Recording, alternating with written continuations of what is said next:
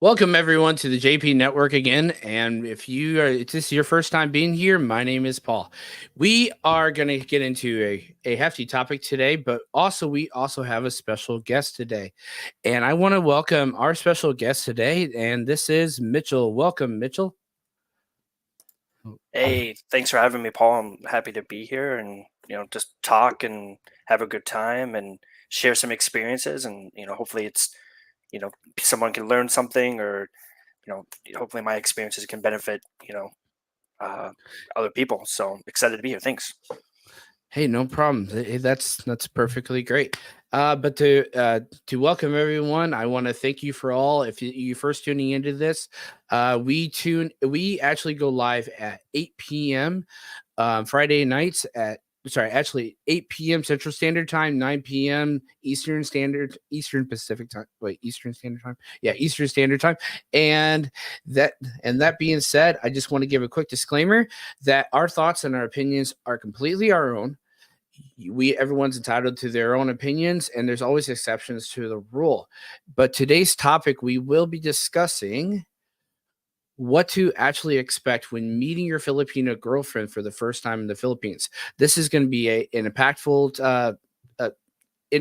dynamic conversation. Is not going to be just all bullet points. We're just going to get into a whole slew of different topics about the practicality of what to actually expect when you first arrive.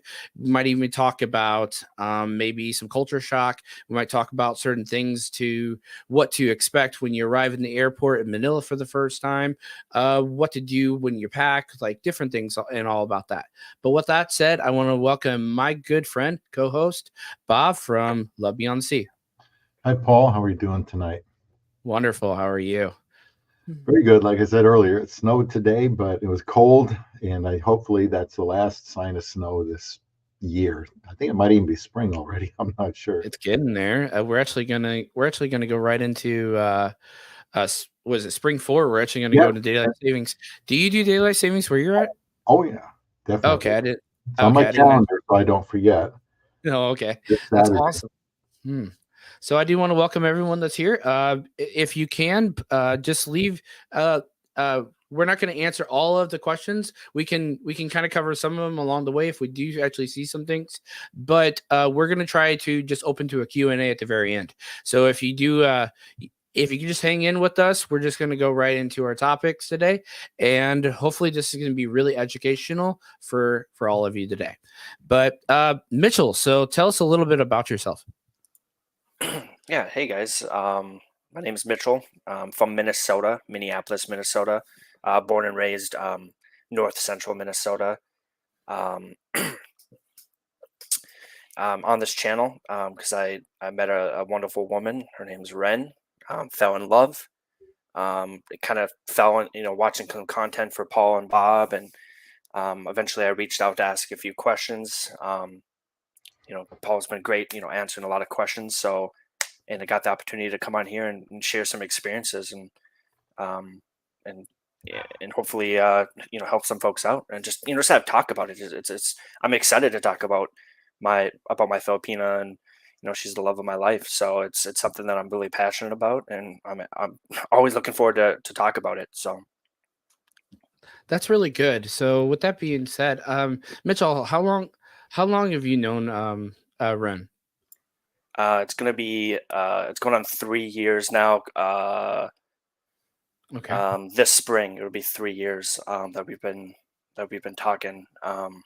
Long.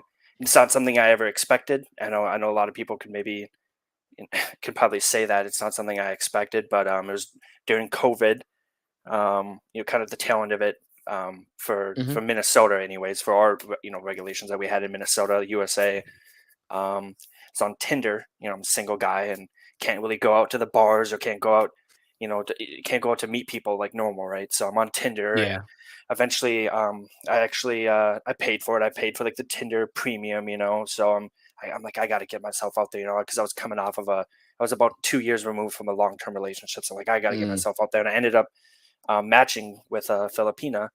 Um, yeah, just some Where small talk, and where um, did you meet her on Tinder? not Ren. This Oh, okay. this was another one that I met, and we briefly talked, and it kind of opened up my eyes and to the world of the Philippines. Mm. Started talking with her and made a Instagram account to continue to chat with her, and it didn't really work out. Mm. Nice lady, but just weren't meant for each other. That's But it really, understandable. it was just a very short thing, some small talk. It was kind of interesting to learn about the culture, and because everything was so different. Because of course, I know about the Philippines, and mostly because I'm like a history buff, like U.S. history, and so of course, like there's a lot of that going on with like World War II, for example. There's a lot of stuff going on with like MacArthur and the Japanese and that whole deal. So I was aware of the Philippines, but kind of opened my eyes to it. I love to snorkel and I love to swim. I live in Minnesota, so I'm not by ocean, but I Yeah. got plenty of lakes in Minnesota, so I love to swim. And then I started looking into the Philippines and going, because I would like to travel, travel to Asia. I was like, oh, I would like to go to the Yeah. Philippines. This looks nice. Well, on Instagram, saw this beautiful woman on an island that I was interested in going to, Bothell, for snorkeling and other sightseeing and stuff like that. And so I messaged her, and it uh, didn't have a contact right away, but so I put, I'm not really much of a social media guy, so it didn't turn into anything right away. But then I just happened to check the app maybe like a month later, and she had replied, and then I replied back, and next thing you know, we're just exchanging like, hey, just kind of telling them each other about ourselves, and I'm asking her about Bullhole, and then she's asking me about Minnesota, and that's kind of how it started. We just vibed. It just worked. Of course, I thought she was insanely beautiful. Yeah. Not to put myself down. Like I'm saying this, like man, she's way out of my league. I'm not trying to put myself down, but I'm just like, man, she's beautiful, and she's insanely smart. Her English was amazing, and so she knows all these different languages. And here I am barely speaking English. So yeah, we just started vibing, and one thing led to another, and yeah, we just really Yeah. matched, and there was a spark there, and I was like, man, I didn't expect this, but then the next thing I know, I found myself every morning looking, getting up and like, all right, I gotta message Ren, because it's night Yeah. there for her, and or vice versa. At night for me, I'm like, oh, she's waking Yeah. up, I gotta message her, that excitement just kind of turned into a great relationship, and Mm. um, Yeah, yeah, I just want to interject a little bit about that. So, with that being said, I think we all three can relate to that, and we all pretty much got with a woman that was probably really out of our league, and well, within the American standard, I guess it Yeah, would they be. all are.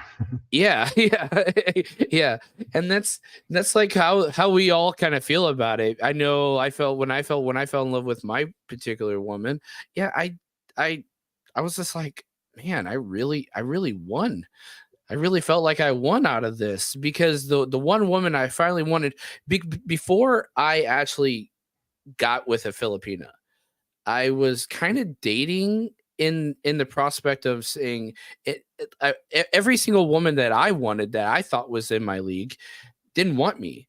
But every single woman that I wound up getting with, the women that weren't really the women that I really wanted in America. And it was just throwing myself in a loop that I really didn't want this particular kind of woman, but I was okay with it because at least she likes me. And it just kind of toppled, and a whole lot of issues kind of just piled up on top of it, and they wound up having a whole lot of different issues, and I wound up basically backing a really great one in the Philippines. And I think anyone that has that opportunity to go to the Philippines, you don't know what you're missing if you are really looking. Bob and me kind of spoke about this, but if you're really truly looking, Bob, I want to ask you the same question. How long do you think it'd be for someone to find a woman in the Philippines if they're actually really searching for a prospective woman to marry? Well, if you mean by find to identify somebody that you can, really devote your time to, Yes. golly, I mean, I would say if you spend every day like I did and more on the weekends chatting with people and looking at all the increasing number of profiles, gosh, the number that pops in my head is like 3 months, Mhm. because so the first day I was on Christian Filipina, I probably had, or the first weekend, I would say, I probably had 200 chat requests to just ignore. They have a button there that says politely, decline, because at least you want them to know that you received it and you're not just ghosting them, ignoring them. And so there's limitless opportunities, I think. And if a person, there's two things: spend time and then don't be so picky. Because if you're going to put time into it and you're not going to be picky, really, really picky, 2 3 months ought to be plenty to come up with 4 or 5, and then you kind of quickly narrow them down, or maybe you only want to go to 2 or 3, or maybe you just want to focus on one. That's what I would recommend, because then you can more quickly determine whether they're worth talking to or not worth talking to.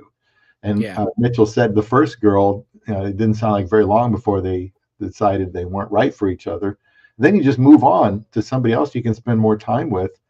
I mean, by less than 8 weeks, I was already married to my wife. It took 54 days. I proposed on day 18, flew out there, married her fast as I could in 54 days, and we're married almost 9 years now, because the women that are there want to be married. And so all it takes is a man willing to not be super picky and say, I'm going to go meet you. And a good woman like the one he looks to have can be had. And I just want to comment here on Mitchell's girlfriend's dress. That looks like a little sundress to me, or a summer dress. Isa has some of those, and I even helped her buy some. I just think they look so good on a Filipina. Yeah, me too. My wife has stuff like that. Bikinis, that they have to be wearing. What she's wearing there is adorable. It's beautiful. It's feminine. It's just wonderful. And I like it when my wife, has, and it's getting summer, wears stuff like that. It's just so fresh and it looks beautiful. And it's a good sign. A good sign to see somebody dressed like that. What did you say, Mitchell? Oh, so I wanted to just kind of put it out there. It makes your knees weak, just like, man, I got this beautiful woman. Just looking at this picture, just makes long distance relationship just makes your heart hurt. Like, you're just like, man, I just want to go back. And like what you were saying, Bob, you made it happen quick. I'm planning to go back. I'm going back in this June. For my second visit, and I'm bringing a ring because I gotta propose. I gotta get this. Wow. So now we're talking. And so now I'm telling myself, I wish I would have been a little more with it. Because I went last year in June. I wish I would have been a little more with it, and maybe I had a ring with me. And I think it was important, of course, to meet the person, of course. But I think I already kind of knew. Like, that's the whole reason why I talk a big game of, like, I gotta travel and I gotta go swimming. But I don't think the thing that's going to pull me and push me to actually make that commitment and take the time off from work and spend the money to get over there was this woman, Ren. And I kind of wish I would have been a little more prepared. And because now it's like, man, I wish I would have proposed last year. Did you know you're going to propose to her in June? Yep. Yeah, we've talked about that. I think that's important to talk about it and to have clear expectations on. Hold it. Then are you going to get married while you still have some time to plan a wedding? Well, unfortunately, no, we're not going to get married this June. We're kind of considering some options, but it'll probably be the next year. She's in her final year of college, so that's really important to her to finish that. So she's going to finish that up. And if that's not a reason, that's not stopping me from getting married, but it's more of a time issue. Like I was talking with Paul previously, you only get so much time off from work, but I've already gone down some avenues of talking to my employer, to get that time off. And then me and Ren were also discussing, like, the options that we have. I think we would love to have a wedding in the Philippines, because it's going to be a much more affordable. You can have a destination wedding because we can be on a beach or have a nice, and then of course her family. And that's another thing is, she has a much larger family than me, and they're much closer. I'm not saying I'm not close with my family, but that's a whole nother level. That's a whole nother level, like how much family they have. So I think that's important, that I want her family to be there for the wedding, and I want to be able to put on a great wedding, and I could, something for a couple grand, I can put on a great wedding with some great food. For sure. But if I want something like that here in Minnesota, I'm probably talking 20 grand. That's a huge difference. So it's important. let her family go to the wedding and eat lots of good food. Have that Yes. festive environment that you helped put on, and shows respect to the family, because Yep. all the brothers and sister, everybody's going to be invited and Yep. probably and partake. And it's called like a grand wedding. That's what my wife's mother wanted, so that's what we Yeah. settled. Absolutely. Yeah. The only issue with that is like, the K1 visa potentially is going to be a little quicker rather than the what is it, the CR1? I think. Correct me if I misspeak. I haven't quite gone down that path, but I'm slowly Yeah. kind of learning and getting aware of what needs to happen. Yeah. But it's just tough because I really want that wedding in the Philippines, but just every day that I don't, Yeah. I don't have her here, I'm just so excited to bring her home Yeah. and have her meet in person with family and all these different things I want to show her here and just be together, right? Like that's something that's really important. So, but it's one of those things where I'm willing to put the time and the effort and I know that it's gonna. A lot of people say and sorry if I go off on random tangents here, but Fine. a lot of people say because they're naive or they have these stereotypes, people go, I've heard the negativity, like, oh, you're just taking the easy route. You're just trying to find some Filipina to, mail Yeah. order bride. All respect, that is not what's going on here with Ryan. We met organically, naturally, Yeah. but you know what I mean. Like those negativity, I go, you guys don't realize that this is not the easy way to not be able to hold and be with the person you love every day. That this is not the easy route. This Yeah. route that I'm taking, when we have a 14-hour time difference, I talk to her in the morning and at night. It's not Yeah. the easy I route. want to This is a lot of work I want you to got to put into interject a this. little bit. Yeah. Yeah. I just want to interject. So yeah, I completely agree. This is not no easy route. Everyone assumes that suddenly this is like the whole 90-day fiance stereotype that everyone kind of puts out there. This is not what we're doing. Even though yeah, you can go to the K1 visa route, which is the 90-day fiance, but this is not like everyone assumes. One thing that me and Bob actually recently put out was dealing with the haters, dealing with all the different negative comments like gold digger and visa. Oh, and you're a 90-day financer. Somebody wants up calling me that, calling us simps and other things. Those words you're gonna get no matter what. Bob's got him. His wife's got him even at work before, and they're never going to be done with you on that regard. You're going to deal with some kind of hatred or even minor criticism, either just minor to major ones straight up calling you out. But it's difficult when you do that, when you do this, but it's definitely not simple as some put it. Now, I will say that, kind of going back to what you mentioned a little bit, is that I was able to consult you through some of this, right? I was able to consult some of it either. Yeah. Yep. I'm Yeah, here. okay, yeah, I don't want to interrupt. Yep. mute. It's fine. So I was able to consult you a little bit or through some of this. Now, me and Bob, we do offer some kind of consulting calls, and if anyone's needs any kind of advice out there before you prior to you going, or even if you've been before, we can kind of walk you through at least of those steps. I know a little bit more. Bob's a little bit more senior. He's been at least to the Philippines, I think 5 times, right, Bob? You I said think, counting the first one. No, Yeah. 4 times with my wife. Okay, yeah.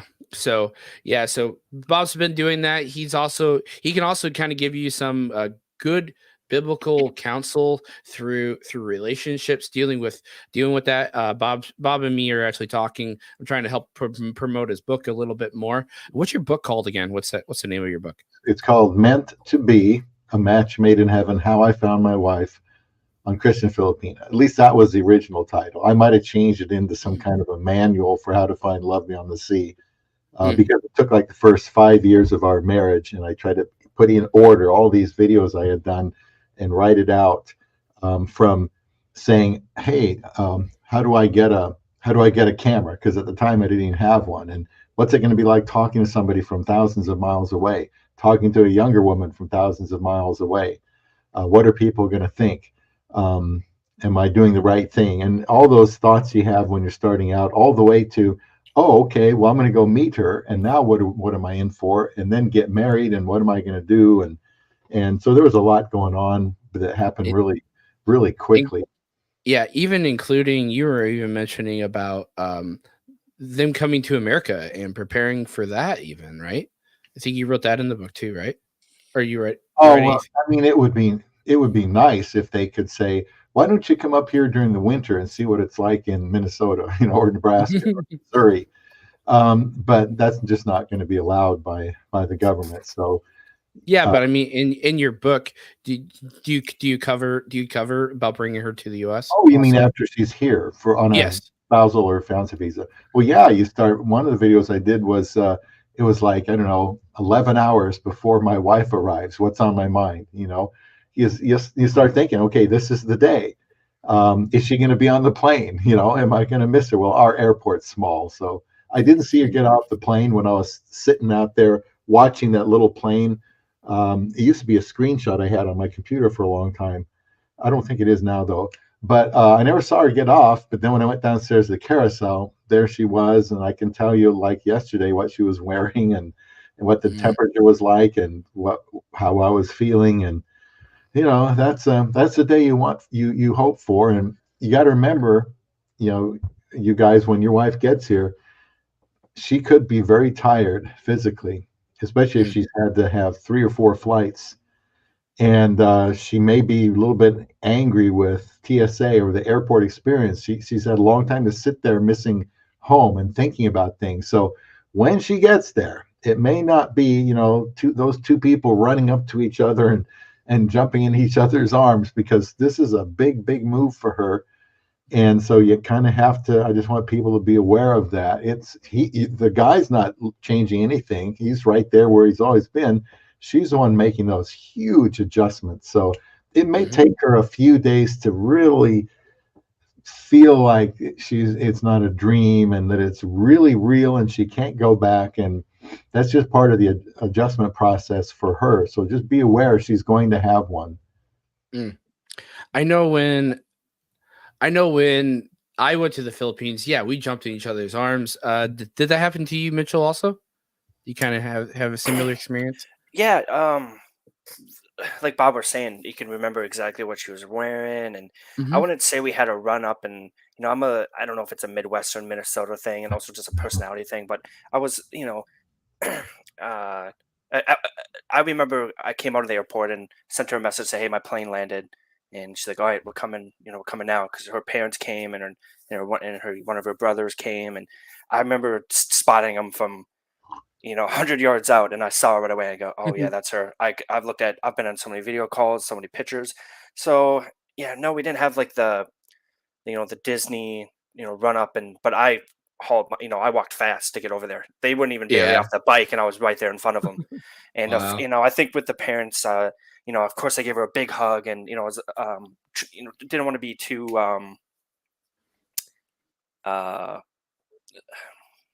it, I just gave her a kiss on the forehead. I didn't want to go like, all right, bend her over and give her a big kiss on the mouth, like that on the mouth. This is more respectable and more conservative, but I definitely walked right up there and gave her a big hug, kiss on the forehead, and shook Dad's hand, gave Mom a hug, and had some chocolates from the airport that I gave her brother, and said, "Hey, make sure you share these." And Yeah. and it was just an amazing experience. I still just like, even now I'm just getting goosebumps thinking about it, and that was something I'm looking forward to and to doing again. I think this time there might be some running and jumping, because this time I think that first meetup for us, I think we're both just a little shy, maybe, like even though we know this person here, we've been talking for a year and a half, we know each other, but it's still Yeah. that first time. It's just Yeah.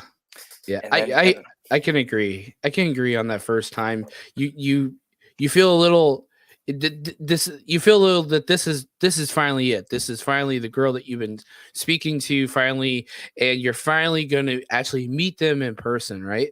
And that's kind of how it is. And I did hug my wife. Yeah, we were able to do that. Probably my son was more excited. If you watched my video, my son was more excited than, I wouldn't say, I was really excited too, but my son was probably more excited than I was. yeah, it's just showing it a little more, right? Yeah, he Yeah, can't contain it. No, Well, like he's calling her name. If you watch my video, he's calling. He's like, Joanna, Joanna. Yeah. And I'm just telling him, just chill out. She's probably here. We just got to find her. But he's screaming her name and stuff. But if you watch my video, he's the one that's excited jumping into her arms. And I'm the one that hugged her afterward. But it's still a beautiful story. It's a wonderful story to finally meet your potential bride, potential fiance, wife the first time. I think it's an amazing thing. What was your first experience when you first met your wife, Bob? Well, first of all, when I got to Manila, I don't know what airport Mitchell got to, but I was told that about 5 people every flight in Manila lose their luggage, and my luggage was gone. So I spent the first extra time trying to figure out where am I supposed to go for this luggage. And also another thing you have to be used to. That's really stressful. Well, it is, especially when you find out that the Wi-Fi in the airport isn't working, and it usually is. It often isn't. So now I didn't know how to contact her and say, I'm here, but I got to get my luggage taken care of. So I couldn't even let her know I was there. So I'm worried about, is she going to think this guy stood me up? So I borrowed somebody's phone that worked in that area where all the luggage is, that I guess it hasn't been claimed yet. And he said, here, use my phone. And I got her number from Viber, and I used his phone to call her and say, okay, I'm here, but I got to figure out what to do about my luggage. So she said, well, I'll be out here. So when we decided that I'm going to have to, that they'll send it to the hotel, hopefully soon, who knows where it was at the time. But then I went out to meet her, and unlike Mitchell, I didn't know who she was, because to me, all the women looked alike. So I'm walking, there's so many people out there, and it's like at a football game or something. And okay, well, it looks, no, that's about the same height. No, same hair. No, turn around, please. No, it's not her. So I'm thinking, well, so I stand out a little bit more because I'm 6'2". And so she found me, and she was with an escort. Somebody went with her just, in case. I don't know why. But then we took off in a taxi. But there was no fireworks or anything like that. And right away, she was arguing with the taxi driver, who was immediately overcharging us. And they were going nose to nose. And it's like I hadn't even been introduced to her. And she's, they're going nose to nose, pointing fingers. He's turning around. And I'm thinking, literally, I told her, hon, he's going to throw us out of this taxi if you don't calm down. Because she wanted to make an impression right away that she was going to stick up for me. And it was wrong to take advantage of me just because I was an American. And we actually saw him a few days later, and it went a lot better, but we needed a ride. But it went well. And so eventually then it was, okay, hi, here I am. And who knows what the magic words are. It's like, well, here we are. And I didn't even know I couldn't have found Philippines on a map. It was just like, okay, here I am, here you are. And we couldn't meet the family because we were in Manila and the family's in Davao, 599 miles away. So we did eventually. We were actually going to meet one of her half-sisters in, it's a different city near, I don't want to mispronounce it. It's Cavite, near Manila. And that was an adventure just to get there and not lose your life in the streets. They're so crowded over there. And then eventually we made it back to Davao, where I got to meet the whole clan. And, they're probably thinking, well, what about this guy? How's he going to treat my daughter? And how's he going to treat us? And all I know is I ate a lot of food over there, a lot more than I should have. You said you drank a lot of water too. I was constantly like, how come you guys don't drink water over here? This is deadly if you get dehydrated, but I just don't think they're used to it. So I always made sure we had water, and we're buying 5-gallon jugs and small bottles. And the first trip wasn't the most smoothest, just because I just really I didn't feel uncomfortable. I just knew that I was out of my element, and I just really wasn't sure how to react. And of course, I'd never met her, and we just met, 40 some days earlier online, probably 35. And so, but it worked out well. because I was intent on getting married. And if she had said at that time, look, my parents don't like you, or I don't like you now, well, that would have been fine. I would have called it off. But I went there to marry her on the very first trip. And we did. That's why we got together so fast, because I married her on the first trip. Because I thought, even if she shows up in a wheelchair, I'm still going to marry her. You know? Yeah.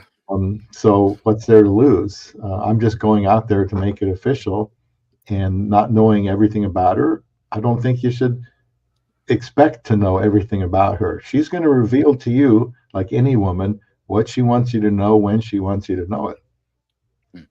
So you I just will. see how it goes. Yeah. I will say that Mitchell, you're the oddball versus us, because we married our wives the first trip, but that's perfectly okay. I'm not saying there's nothing against meeting your wife for the first time and marrying them, or uh, meeting them consecutively, because you get to know them a little better. Also, if you do take multiple trips, I was talking to another gentleman actually on YouTube, and me and him converse a little bit and stuff. And he wound up making 3 trips before he wound up getting married to his particular woman, and he does live in the Philippines now. But that's perfectly fine. It's just but it's really cool. I think it's really cool that we all have these different kinds of stories of how we found our women, and how God really worked together to bring these wonderful women into our lives. And I think you got a great woman. I got a great woman. Bob's got a great woman too. And I think it's such a unique experience to hear people go through not even this, just the good things about finally getting married to this woman, but also uh dealing with the difficulties. And I think there's so much like that. I know when I first arrived, one thing I noticed, and Bob kind of alluded about it, it's really hot. Did you face the same issues of like sweating a lot when you first arrived, Mitchell? Yeah. Like Mhm. Bob had mentioned the water. I was in the same boat. I was drinking so much water, and I bought Gatorades, and I bought electrolyte powder packets, and I just felt like it took me probably a week before my body really, especially like from Yeah. Minnesota. Like we have some humid summers in Minnesota, but I'm definitely used to. I'm more of a cold guy. Like I'm comfortable in the winter, in Minnesota winter, just because you grow up here and you're kind of used to it. But over there, man, I was sweating so much, and I was drinking so much water. I'm buying the big jugs and the small, like you said, and buying the smaller jugs. And Yeah. eventually, she actually, on like day 2 or 3, she bought me a little towel that I would put in my pocket. There was not a little one; it was like an actual, like a hand towel that I just kept in my pocket, because I would have to constantly wipe sweat off my face, otherwise there'd be sweat in my eyes, and because I was just, and I'm a hefty guy, and so that probably doesn't help Mhm. either. Did you Um, eventually get used to it though? You I started would. to kind of Uh, adjust? Yeah, I would say I, I, I wouldn't say like I got like used to it, but I would feel like my body definitely. I kind of just accepted it, right? Like at first I'm like, Yeah. man, I hate my shirt is soaked. This is uncomfortable. And then after a week, it's like, oh, it is what it is. Um, Lots of sunscreen. Holy cow! Because I'm like I can't get sunburned. I'm a pasty white guy. I need lots of sunscreen, um, lots of water. But no, I think I had the benefit of, you had mentioned there's so many people at the Manila airport. I had the benefit of, I met her in Bohol. So I landed Mhm. at there. They have a little, just like a little international. It's like a little terminal. It's a nice little airport, but it's just like this little terminal. So I Yeah, flew into. I had a very similar since I met my wife in Cagayan. So I met her down in Mindanao. It's a smaller airport also, so it was pretty easy to pick her out. Yeah, there was Uh, only like one or two planes worth of people there, so maybe like 100 people, 200 people max out front, Huh. and kind of mhm. like a little circle, and like I know the traffic's coming from the left, so I walk out, and I'm kind of looking to the left, and like I said, she was wearing another sundress, so not this one but another one, so I remember that sundress because I go, oh man, like I see her pull up with her, yeah. So like I said, I spotted her. I'm like, and I just made a beeline, cut through the crowd, and that's one thing got to expect is there's gonna be a lot of people, you know, uh, that are gonna try to. A lot of guys are like, you need a ride, need a ride. A lot of taxi guys are coming up on me. They're, Oh very. yeah. I wouldn't say aggressive, but they're trying to make some money. They're trying to make a living, and they see me, and Mhm. and I'm it's not, that's probably another stereotype, but I'm coming, if I'm a white guy and I'm a foreigner, I probably have some money. Yeah. So these guys were very aggressive. I'm like, nope, I got family. I got family coming. So I got probably approached that 5 minutes I was waiting there, because luckily her family lives pretty close to the airport. So I was able to text her, they can jump on their Yeah. bikes and they can come right over. But just like that 5-ish minutes that I was standing there, I probably got approached by 20, 25 guys and ladies trying to Wow. get me like, oh, where you going? You need a ride? I'm like, nope, I don't need a Yeah. ride. I'm okay, guys. Yeah. Like, I'm okay. I was so that- talking. Yeah, sorry. Go ahead. No, so that was just basically, that was like my endpoint, was that was like Oh, the okay. first experience that I had of being, I don't want to say heckled, but having constant like interaction with people coming up to you. I didn't really have that too much in Manila, just because it was, I I was in don't the think. airport the whole time. So Yeah. I don't think we're really used to that kind of in the US very much too. We don't have people just breathing down our neck and trying to ask us if we need a ride. Usually we have to wave down taxis here. And yeah, but in the Philippines it's very, very different. They have something called conductors. And these are actual people. And I actually even wondered, and me and Bob talked about this a little bit with scammers through one of our recent lives, through a recent podcast. You have to be careful about conductors asking you also for money, because if a conductor's asking you for money, you have to remember those conductors are getting paid by those particular drivers. They don't get paid by you. They actually work it out with whatever driver they're working with, and their job is to direct you where you need to go, whether it's a bus, whether it's a taxi, whether it's a shuttle or something like that, or a boat. I dealt yeah. with that a lot on the beach, because there's Baliasca Island, which is a reef. So a lot of you have a lot of the people coming up trying to sell you something, and then what they do is, if you if you agree, and then I kind of learned real quick, you can kind of haggle with them a little bit. Oh, 1,000 peso. Well, so and so down there offered 800. Like, okay, I can do 750. And then so then what they do is they hook you up, and then when you pay them, and then what they do is they split that with the boat captain, and then they go, okay, come here at this day, at either go now or come back at this time, and I will walk you to the boat, and then they bring you over to the boat, and then I kind of learned, because I went to that island a couple times. I kind of learned, who I could talk to get a good price, or I could just walk right down to the end of the beach where the boats were, and I knew some of the captains, and they were great guys, and they treated me really well, so I tipped them well, and so they recognized me, I recognized them, and I said, hey, I want to go back today, and can I just pay you? And they're like, yep, let's go. So, and it's just like like a 10-minute little boat, just like a little, I don't know what kind of boat I don't know what you would call it, but it's Is it one of the Philippine boats? The actual long Philippine boats that we like the long skinny boats, and then they have like the bamboo on the sides to kind of balance it out on too. But yeah, so they bring you out to the islands, out to the reefs, and you can jump in and go swimming, and awesome experience. So yeah, I can't stress enough how much I sweat. And back to the water thing, that was one thing that was huge, like constantly drinking water. And Bob, you mentioned that transition period of them coming here. That's one thing I'm nervous about. I've daydreamed about that day that Ren gets to come here, and they're like, what if she comes in the middle of this has been a mild winter in Minnesota, but what if she comes in a normal January we're sitting well below freezing. We're sitting at 0 degrees or wind chill of -10, and the coldest she's ever experienced. She's like, man, I'm so cold. It's 25, it's 26 Celsius. And then I looked that up. I'm like, that's 80 degrees. And you're cold? It's like, oh man, she's going to be in for a shock when 80 degrees is cold, well, guess what? Now it's -20 wind chill. Then you can feel that when that wind hits you, you feel it in your bones. So it's not really a problem, because my wife got here on January the 11th. And like a week later, when we went to Social Security Department downtown, it was some of the coldest, windiest, freezingest day. Your fingers are cold, and that was. But yes, it's a shock. But you have the opportunity to say, "Look, here's pictures of where I live in the spring and the summer and the fall." Explain to her we have, 4 seasons here. It's really cold. It's not going to last. It's going to, it's going to get better. But also, since she's here, it's a chance for a woman to to buy winter clothes and look really nice. Women like that.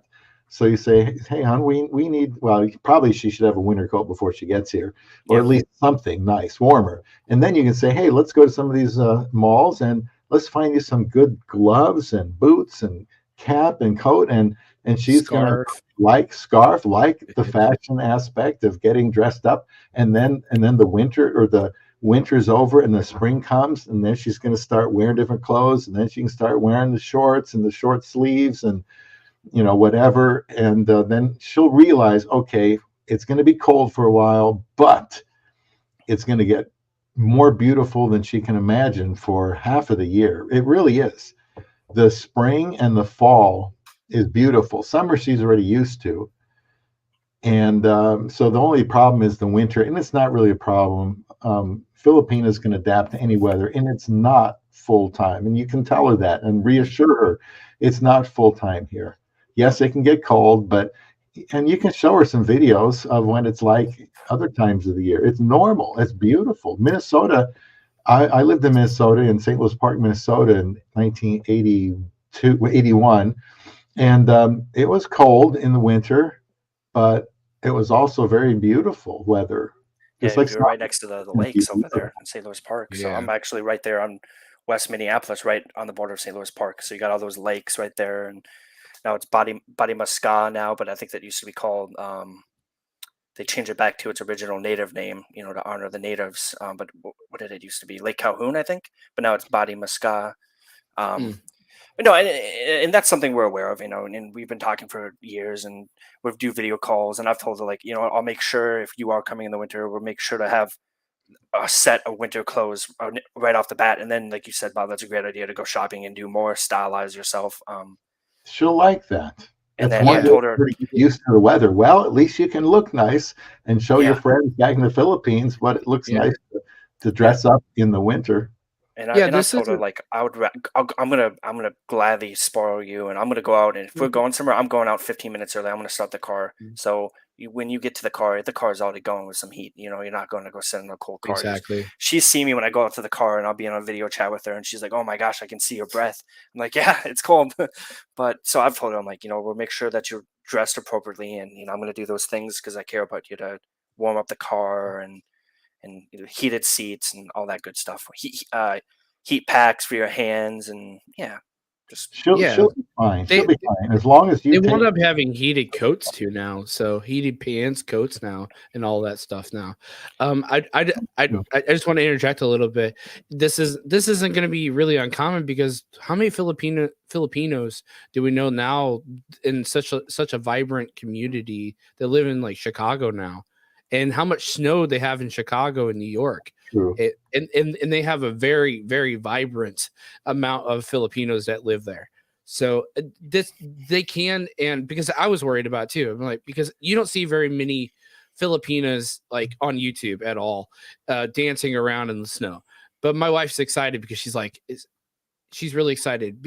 Even though I live in Missouri, I don't have a very big, vibrant and Filipino community. Most of our Asian community here is Vietnamese. So, but and I wound up just talking about my wife a little bit about that because she wants to go to a Filipino restaurant. And I think I only know one that's in the St. Louis area where I live at. But There's one in Kansas City. We've been talked about going there someday. Okay, that's really cool. Only I know one there's I a Filipino bread place. I don't know if it's still open. I know some of them shut down.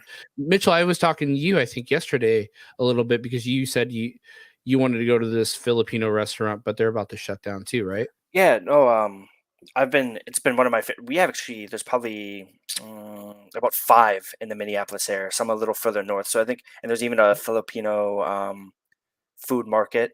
So I think there's a Mhm. little, it's not probably the biggest population, but in Minnesota or Minneapolis, there's a decent population of some restaurants. I've been out of like 5 or 6, I've been to 3 of them, and one of them is called a Poi in Minneapolis, Mm. and I love that restaurant. I got turned on to it about 2-3 years ago when I started talking with Ren. I was like, I'm super curious about all this food, so I'm gonna go here, and I love the food already. I'm like this, and it's actually pretty authentic because it's owned by 2 Filipino brothers, and their parents were and I met their parents. they were I think the one guy was in the Navy, and then his wife, he married his Filipino wife, and then they got the two sons, and they opened up this restaurant, and amazing food. It's really good. But unfortunately, I went there the other night because they're closing March 23rd. And Mm, I'm like, I gotta go. And it was actually pretty busy because I think a lot of people like, and the guy was like, yeah, we're doing well, but I just need a break, man. He's like, bro, I've been running this business for on top of this other business. It's just too much. So I'm going to sell and I'm just going to take a long vacation. I was like, good for you, man. Cause he's getting up there in age, and he's just like, I just want to take a break and still have the food truck. So, and it's the only place in Minnesota I can get the San Miguel Pilsen. I like a beer, and I think it's nostalgic for me. It makes me think of my time with Ren in the Philippines, and I can sit down and have some uh, inaha or some adobo chicken, and then have a San Miguel Pilsen, and it kind of just brings you right back. It's very nostalgic. So yeah, Mitchell, I wanted to throw in for you if you're concerned about the heat. I was just under the impression that the Philippines was hot 100% of the time. I've been there, like I said, 5 times, and they're all in different, parts of the year, different seasons, I call yeah, them, different times of the year. They only have really 2 seasons over there. But if you were to go in January or December, November, then the weather would be quite a bit different. And even August, we went in July and August, and I thought it was, wow, this is a lot nicer than May. March, April, and May, perhaps are the most stifling hot ones, humid. yeah, Where it's 9 o'clock at night, and you get up and you go outside, and it's like, wow, it's already a blast furnace out here. How can it be so early? But then the flip side is 5:30 every day, no matter when it starts to get dark, if not completely dark. Then it's nice and cool, and if you don't mind it. Then if you're driving around, you're on a scooter, your sweat just feels good because it's cold when you're yep, moving fast, or you're yeah, in one of those sidecars or tricycles they call them. yeah. Then, but if you go at different times of year, trust me, it's not as bad. Yeah. Uh, I think of course I'm worried about it, but I think it's a lot of times we joke about it too. It's just something to be silly about, when yeah. she'll be like, "Oh, it's cold today," and I think she's just exaggerating a little bit, and then I go, "Oh, honey, just wait," just it's kind of more of a joke Just thing. wait. I think, I yeah, do the I same think, thing. I think it's so it's mostly, of course I'm worried about it because I care and I want her to be comfortable, but she said, it's important that we're together, and also I think it's just something to kind of joke about and be cute back and forth, but absolutely, yeah. I've only gone in June, and it was just insanely hot. On the probably beach, the it's end not of so the bad.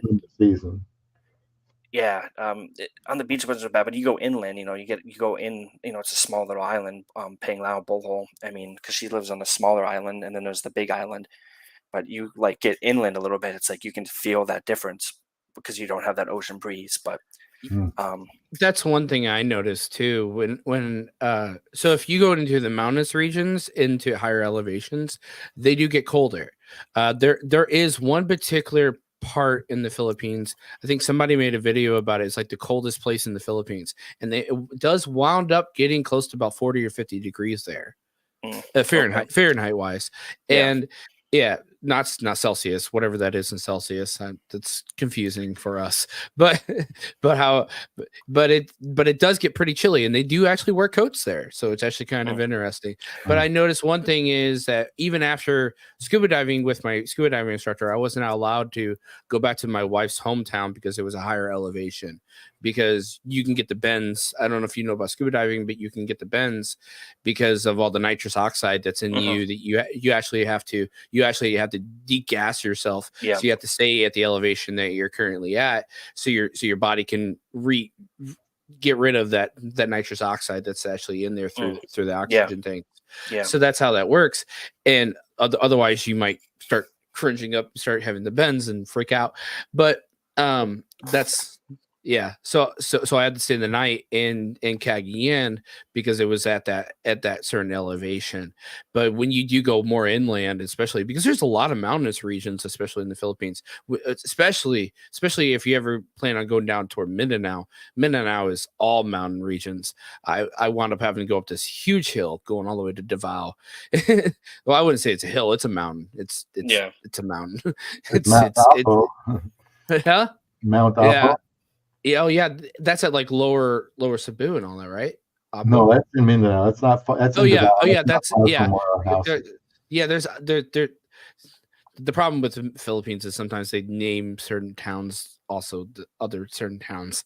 So they have Apo Island and then they have Mount Apo also. So yeah, that's kind of confusing sometimes for Yeah, me. I don't think we dealt with tons of elevation, but for example, like the picture here, because I don't have a camera, is that's the chocolate hill. That's Bohol. A little south of that, Mhm. it's really hilly. Like you can see it too when you're coming down from Panglao and you're going, northeast into Bohol, and then you start going up these windy roads, and it's beautiful. Yeah. You can, it's jungle and stuff like that. And I apologize, guys. I'm gonna be right back. I'm just gonna go use the restroom. I'll be right back. Hey, no problem. No problem. Oh. I actually have some pictures of that. We've got Of Paul Bohol. and Alva showing up. Two people are going to be there in a matter of a month, probably here. Yeah. How's everyone doing today? We are currently covering. If you guys are on your way to the Philippines, let us know. Alva, it's good to also see you, Alva Thompson, today, and Paul S. It's also great to see you. Apparently, Paul S. says he's going in less than 3 weeks, right? So that's awesome. Where are you heading to, Paul S? Let us know where you're heading to. Maybe we can help you out through that. But with that said, yeah. So when you do arrive in the Philippines and everything, they're especially in the Philippines, especially when you arrive, you either arrive in the Cebu. Typically, you arrive in either Cebu Airport or in Manila Airport, and most of us will arrive in the Manila Airport first, and then we'll navigate to our prospective places. And I know I want to talk a little bit about Mitchell because Mitchell did mention that he had to go to another terminal, and there is when you arrive in Manila, there's a shuttle that takes you to the other terminals, and you have to be careful because some of those taxi drivers, when you arrive there, they'll try to take you there and they'll overcharge you. So make sure, because that particular shuttle is completely free, and even though it might take you a little while to get to that particular terminal, it's the best choice because it's free. Mitchell, are you back? I am back. Yeah. Okay. So maybe you can kind of talk a little bit about that arriving in the Manila airport a little bit. Yeah, sure. Yeah. It looks like you guys interacted with these guys in the Elvin and Paul in the chat. That's super exciting, man. I'm happy for you guys. Good luck. A couple weeks out. Super super exciting. For Manila, give yourself time. That's the one thing. Don't try to rush it. If you have I just don't think. I've only been there once, going back in June. Just don't expect if you have a quick layover, if you have to go to another, Palawan, for example, if you need to transfer to another flight, give yourself plenty of time, because the infrastructure for the volume that airport does is just not, it's not where it needs to be just yet. And then they've expanded and made these additional terminals, and yeah, you have to transfer to these other terminals, and there's options. You can take taxis, there's the shuttle. I opted personally, after reading online. Yeah, Wow. okay, perfect. 8-hour layover, perfect. Hopefully you don't have any delays on your flight. Yeah. But that's kind of what you need. Hopefully you can get depending on what terminal you land in, you can maybe go get a room for a couple hours and get a shower and get a couple hours of sleep. But I hope so. yeah, because I ended up being in Manila. I was only supposed to have like a 4-hour. Let's see. Originally only going to have 4-hour layover, but my flight got delayed a bunch, so I ended up being in Manila for about 10 hours. But yeah, I opted from what I read online to use the shuttle, a free service that's operated by the airport, instead of trying to do the taxi route, and it worked out for me. Had to wait a little bit, but you kind of go out, you get your luggage, and okay, I landed in, I believe, Terminal 2, and I had to transfer to Terminal 3, the international airport, because I landed because I flew in Delta from Minneapolis to Korea, and then from Korea to Manila was the Korean airline, and then I needed to get to the other terminal, which was the Philippines airline. So I went from 2 to 3, and yeah, you get your luggage and you go to like the departure area, and luckily a lot of the signs are English. Everyone's super helpful, and I would recommend. It's not even a lot of the signs. It's pretty much all the signs are in English. Yeah. That's how the Philippines works. So I just want to interject. I want you to continue, but the fact is that the Philippines does all of their paperwork in English. They do every single thing mostly in English. Uh, uh, if you're meeting a particular woman, if you're seeing any street signs, if they have street signs, that's a whole nother thing. but if they have street signs or they have anything like out there, it will be in English though. Yeah. And typically you'll find an English speaker. Yep. And Go ahead. that's another thing is like it's impressive, like, how much English they know, and people are very, especially in the airport. But yeah, follow the signs, go to the departure area, and you're probably going to see a sign that says shuttle, and then you can go there. There's a podium, and you basically walk up and say, "Hey, this is my name. This is my flight. I'm going to this flight." They sign that, they fill that out, and you get in a line. You go into a separate little room, and you just hang out. And the shuttle comes through. I don't know. It really depends. I was there in the middle of the night, so my shuttle came through. I waited about 20 minutes. I apologize. I can't tell you exactly how long I waited, but the shuttle part actually went pretty smooth. But I was there at 1:00 in the morning, so it might be a different scenario if you're there at 1:00 in the afternoon versus 1:00 in the morning. Yeah, and then you just get in line. The shuttle comes through. You take your luggage. You jump on the shuttle, and you just go. And then you just have to, just pay attention. They might make a stop on their way there. Because you're gonna pass through another terminal, and then you get to the next terminal, and you're like, okay, this is my terminal.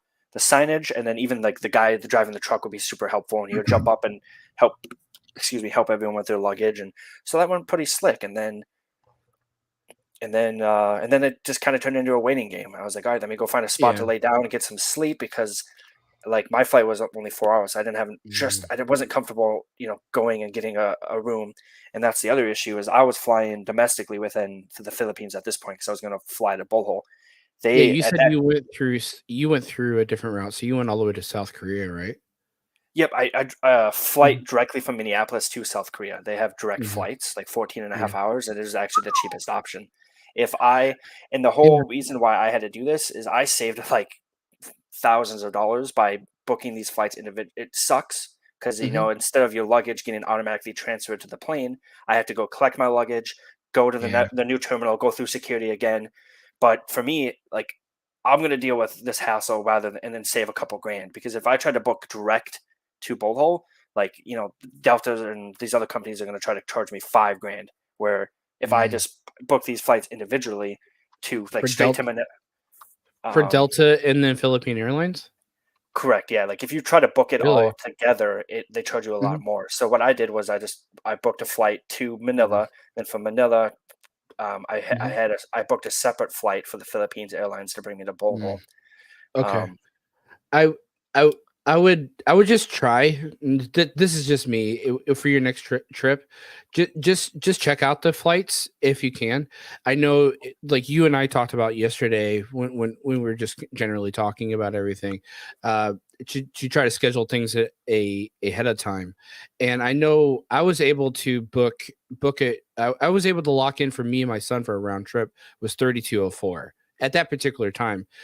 Now, granted, I went during the rainy season, which was in October, which helped out for me, I guess. So I did wound up, and I did see that price around that price recently, going directly from St. Louis on United Airlines, American Airlines, not United, going to American Airlines, and then going and then getting directly onto Philippine Airlines. So. Yeah, I would just, if you can do it, at least try. Another thing is just for everyone, everyone who's watching, if you do have the opportunity to get on a computer or even on your phone, go on incognito mode, because what your phone will do and these airlines would do is they would start putting your cookies into those airlines, and then every single time, because they know you're looking for flights, so every single time you are trying to book that flight, it's going to sometimes even upcharge you, because it's knowing that you're going to eventually you're looking for this particular flight. So you're continuously going back to this website. So if you can lock it in under incognito, it's probably a little bit better, because now they can't search and track you. And a VPN too. So if they see, oh, this is an IP from from America, we can charge a little Exactly. bit more. But if you switch, incognito, go to VPN, put yourself in Colombia or somewhere in Exactly. Eastern Europe, then there's actually, and that's a good they kind of are cracking down on that. You used to be able to do that a lot more about 10 years ago, but you Yeah. can still do that when you're booking hotels and stuff like that. Um, I saw Alvin mention the immigration. I think when I you still landed, recommend getting an Airbnb though. I'm gonna voice it out there. I understand that people want to get hotels and stuff in the Philippines, but I think in some cases they do have a Philippines price, and in some cases they do have American prices for hotels in the Philippines. Condo And condo taxes.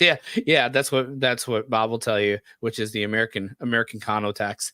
And I'll tell you, I swear by Airbnbs, you can get decent condos for $30 a night. It's great.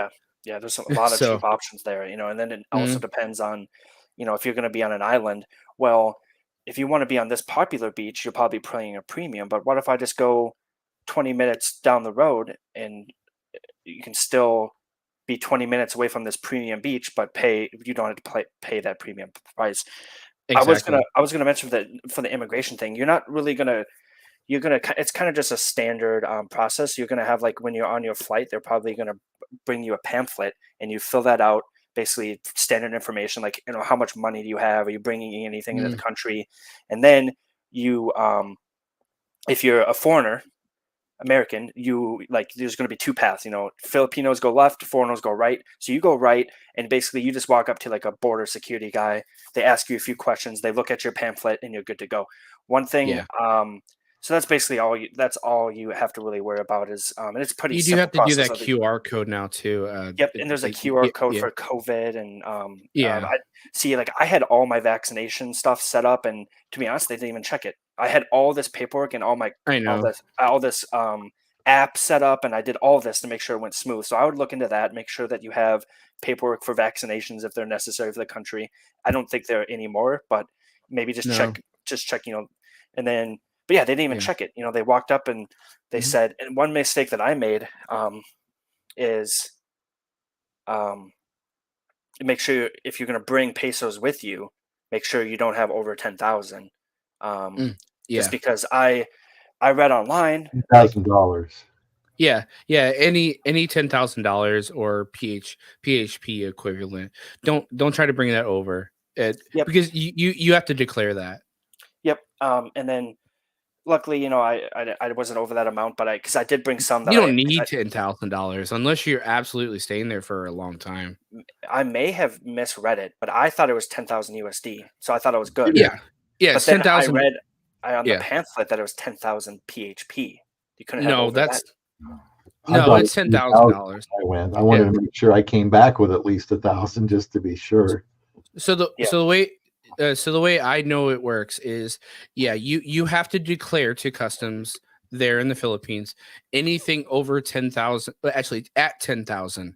So if you bring 9,999, you don't have to declare it. But if you bring 10,000 USD and over, you have to declare it to customs. The main reason why is because they don't want you harboring drugs and stuff and sending money or doing some kind of prostitution and all these things. They want to basically track you and your money. Also, when you open up a bank account there, also with the 10,000 USD, with, I don't know how much that is in Philippine peso equivalent, but when you open that up, they only what is it? They only secure up to that $10,000 mark anyway. So, and then anything over up to that $10,000 mark, it's no longer secured through their bank, and the possibility you can lose it, the possibility other things can happen. But yeah, so we have FDIC insurance here in America, and I don't know what the exact amount is. That they secure the amount of our money here in America, but I know in the Philippines that's only up to 10,000 US dollars, and that's how that works. So Yeah, it's a pretty yeah, simple, and it maybe went yeah, slick for me, but you don't it need it it though that it much. no, no, no. I'm just going back to the process of when you get off the plane. It's pretty Hmm. slick. Just make sure to look into any QR codes you need to get, but otherwise they'll give you like a little packet and you fill it out. Like, all right, we're 45 minutes away from landing. The stewardesses will come around and give you this little pamphlet and you just fill it out. And yeah, but yeah. Any more questions? I guess for me, everything went pretty smooth except my flights got delayed a bunch of times, so I was kind of in this limbo, which really sucked because I'm tired. I just spent the last 20 some hours either on a plane or an airport, so I'm a little tired. I'm a little ornery, and they kept delaying my flight. And it wasn't like a delay like it was like, oh, okay, instead of 8 p.m. or instead of 8 a.m. it's going to be 9 a.m. So I'm like, okay, it's an hour. But then 9 a.m. rolls around. I was like, nope, now it's going to be 10 a.m. And they just kept doing that. And then even like I was telling Paul, finally, it's on the board. This is one advice I'll tell you guys about Manila is everything like when you're in an American airport, at least my experience in the airports that I've been in, everything is digital. You can watch those boards. They update those boards. They update your phone with your exact terminal and stuff like that. You really need to listen to the intercom overhead. They're going to put out a lot of information over the intercom that's going to be updated much sooner than you would have those boards updated. So I got in line because my board said, yes, I'm finally boarding 11 a.m. at this terminal. I'm in line. I'm about halfway through the line. And all of a sudden, and then in front of me, you can see on the terminal, all right, that's my plane going to Bohol. But then all of a sudden over the intercom, I hear flight SA 120 is now at this terminal. And I look at my phone and I go, okay, well, my phone's telling me this. I look up at the board. The board's telling me this. Now I'm like, who do I trust? Do I trust that intercom or do I trust the board? I went with my gut and I listened to the intercom. I was the first person to get to the brand new terminal and then everyone else came. And then, so it ended up, everyone had to wait because everyone was confused. So that's one piece of advice. If you're doing a layover and, in Manila is listen to that intercom. You can't trust the board. Of course, follow the board, as much as you can. Yeah, hopefully you understand when I say board, like the TVs that kind of tell you your flights and your the departures. The screens for the flight changes and all that. And your apps on your phone. But yeah, I have two things I want to interject about. The first one was Starkles, I guess. So Starkles is saying actually it's 10,000. Actually, it's 10,000 PHP as well. I also read it in a pamphlet. Starkles, I'm going to be really open and honest with you. I just pulled it up on my phone, and it actually says if a person wishes to bring more than the equivalent of USD 10,000, a written declaration must be made in the form BSP, foreign currency, and others foreign exchange stuff. Basically, I think it's a I think it's a typo what you're reading. $20. Yeah. 10,000 is $189. 10,000 Philippine pesos. I brought more. Or so. Huh? Okay, huh? So 200. 10,000. Yeah, that's right. Times 5 times 10. Yeah. Yeah, it's almost $200. I brought a little over $250. I didn't have to declare that. So yeah, so that doesn't make sense. They didn't search your bag or anything like that. I will say, like you guys were reading this online, and I read that's the same thing I read online. But and I don't know if it, like you said, if it's a misprint or misunderstanding. I think that it pamphlet does say 10,000 PHP, so that's just something to bear in mind. Like, and they didn't check my bag or anything like that. Yeah. But if their government website is telling us one thing, I think we can trust that. But I remember having a little moment of like when I'm first time, like, oh my God, I have slightly over 10,000 pesos in my backpack here, and it says on this pamphlet. I'm just saying that's what I read on the pamphlet, and but it could be Starkles is saying it could be a typo, but I'm holding the pamphlet now and it says 10,000 pesos. Yeah, I'm pretty sure I think it's a typo. So when did you go to Manila, Starkles? Like, because I went last June, and that's when I had that pamphlet. But I don't know. I think if you follow the government guidelines, I think we'll be okay. And like, it's not like they search your bag. Has anyone had their bag searched? Like when they went, like Bob, you've been there 5 times. Have you ever had your bag? They just kind of, they're pretty. No, I don't have an account there. My wife does. Yeah. We bring money, we put it in her account, and then she withdraws it when she needs it. And if she has some left over, she has some left over for the next trip, so in her bank account. I will say, I guess 2 things with that. So the first thing I want to go back a little bit with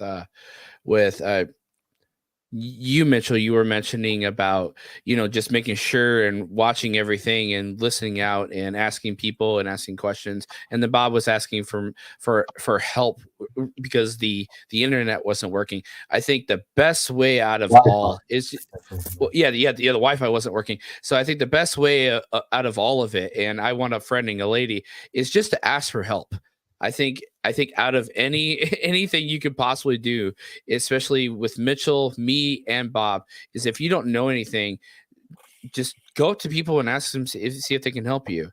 I think it's the best opportunity to figure out, so you're not missing your flight, not missing it, like an opportunity to get to where you actually need to go. If you're missing your luggage like Bob is, or if you have a flight change like Mitchell has, or if you just don't know where you're going like me. So I think it's just helpful in any which way. Yeah, it's all part of the experience, because the more you do it, you'll eventually know how to do it, actually. So I think it, and then you can get on these live chats with us and you start telling us how to do these things.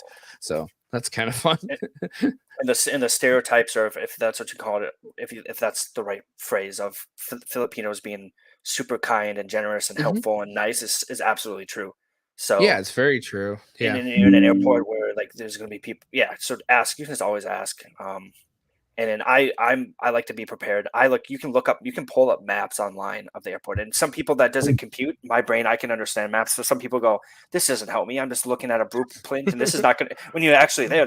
But to me, that helps me a lot. I go, yeah. So if that's something that you think would help you, and you're concerned about the Manila airport, or you're concerned about any foreign airport, you can pull up maps online and you can look at the map. You can kind of figure out where you're going, and then the signage in English. Yeah, you can look at the maps, but I will say like this: if you do trust Google Maps, if you're going to drive there, if you're going to drive around in the Philippines, don't quite trust Google Maps because one thing that I wound up figuring out about taking Google Maps is, even though it would tell me where the place was, I would wind up going at least like a mile or 2 kilometers, but miles further than where it would actually tell me to be.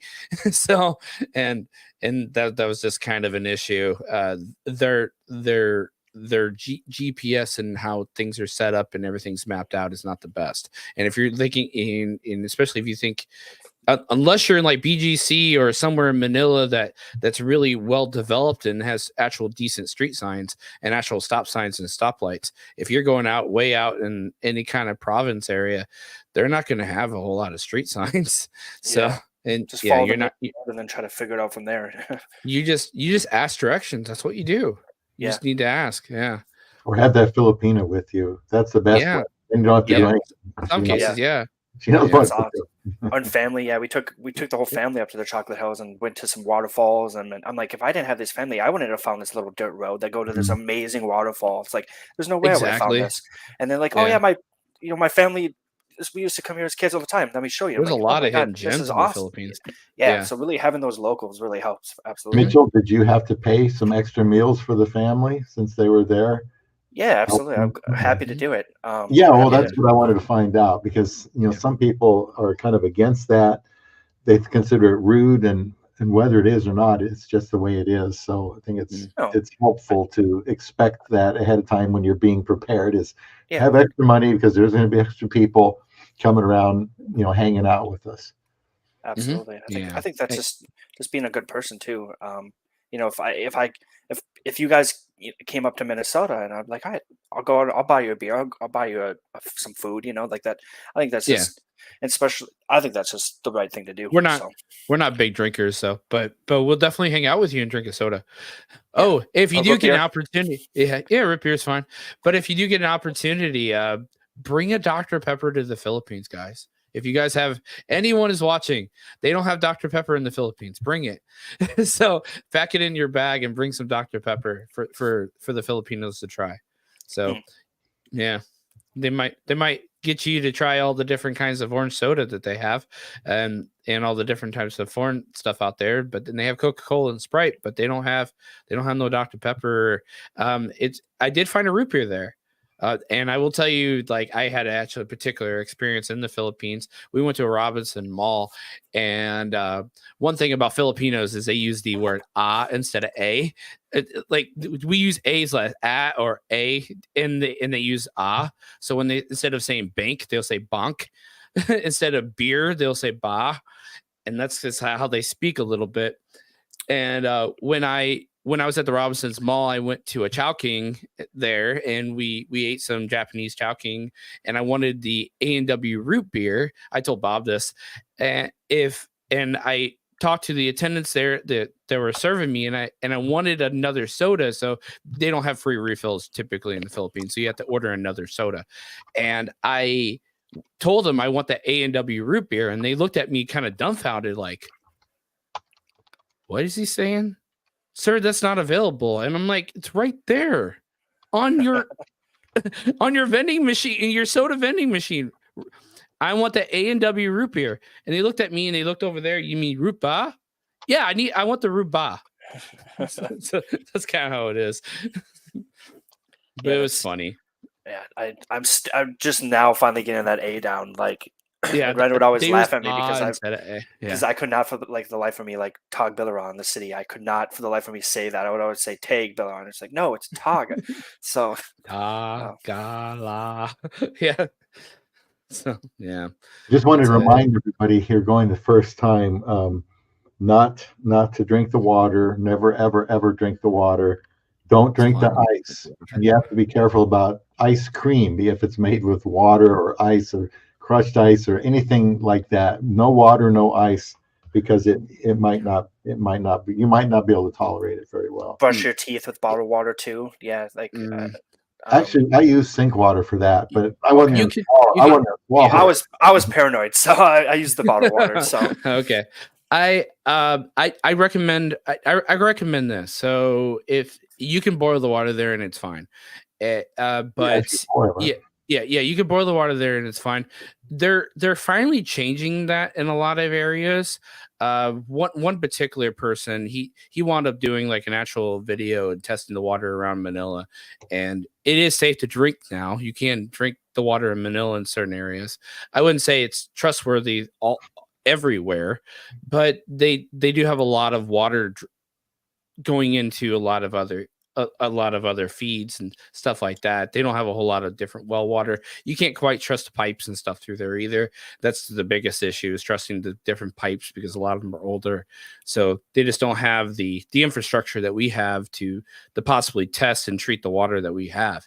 So, but you can kind of drink it. You have to test to make sure that it's drinkable, but I wouldn't recommend it. But the Filipinos don't even drink their own water. I wound up drink it there. Yeah. So there's certain areas that you can trust it. Certain restaurants. When we were going all the way to her mom's hometown. I can't remember what it's called. I can't remember the town right now off my head like that. But we did stop at a restaurant, and they did serve us a water that was actually in a glass. And I was a little scared to drink it, but they assured me that the water actually was poured out of one of the actual big jugs of water. So they did let me know that. So I was able to drink that water, and they did put ice in it. It was fine. But usually, especially if you do a lot of traveling and you're actually going off the beaten path, you're going to see truckfuls of just like big giant jugs of water because they don't even trust their own water in the Philippines. So, and they're just loading them in these trucks. Yeah, like a lot of the big jugs, like a lot of the restaurants are like, you would have it would be the purified water that would be like delivered, and you can see like, okay, they're not giving me tap water. You're taking the water from the jug. Yeah, the water dispensers or whatever they're called. Yeah, that's what they kind of do now. Yeah, so it seems like they're doing their best to make it pretty legitimate as much as they can. So I kind of trust them, especially, I mean, if it's a good restaurant and it's a pretty decent restaurant, you can kind of trust it. I wouldn't trust any street food and some random person trying to give you some dirty water. So I wouldn't be doing that.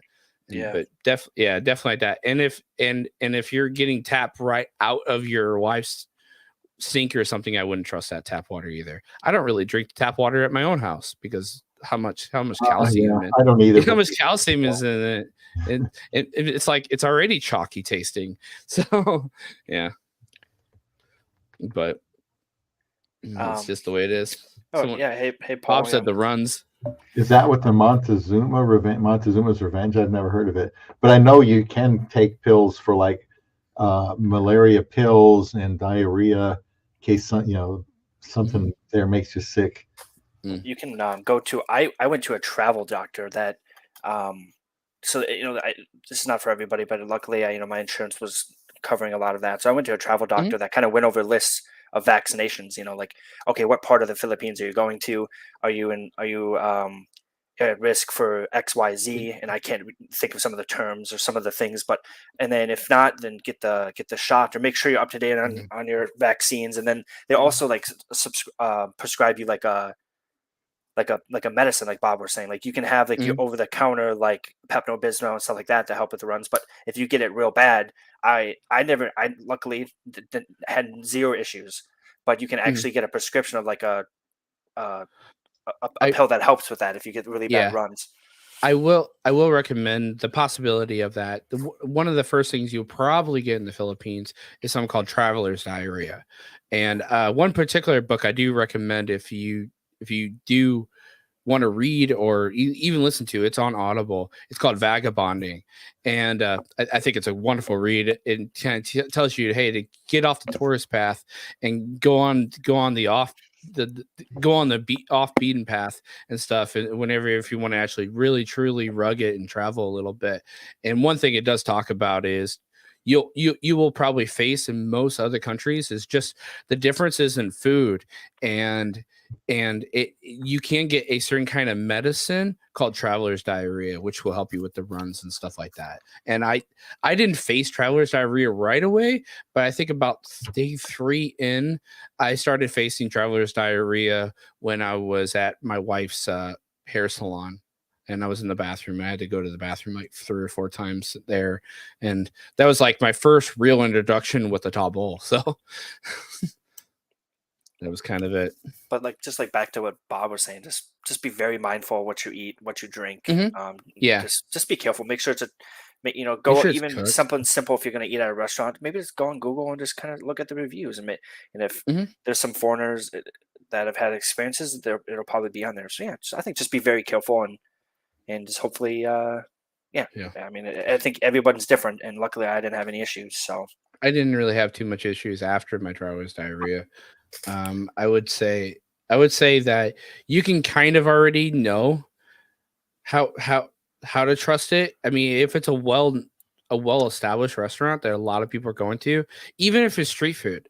So if everyone's going to this street food that's really busy, then it's probably trustworthy as long as it's cooked. But if it's pretty dead and there's nobody there, be a little scrutinizing about it at least, and make sure that it's well cooked. One thing that you can definitely make sure the meat is cooked. Whatever it is, make sure that meat is absolutely cooked.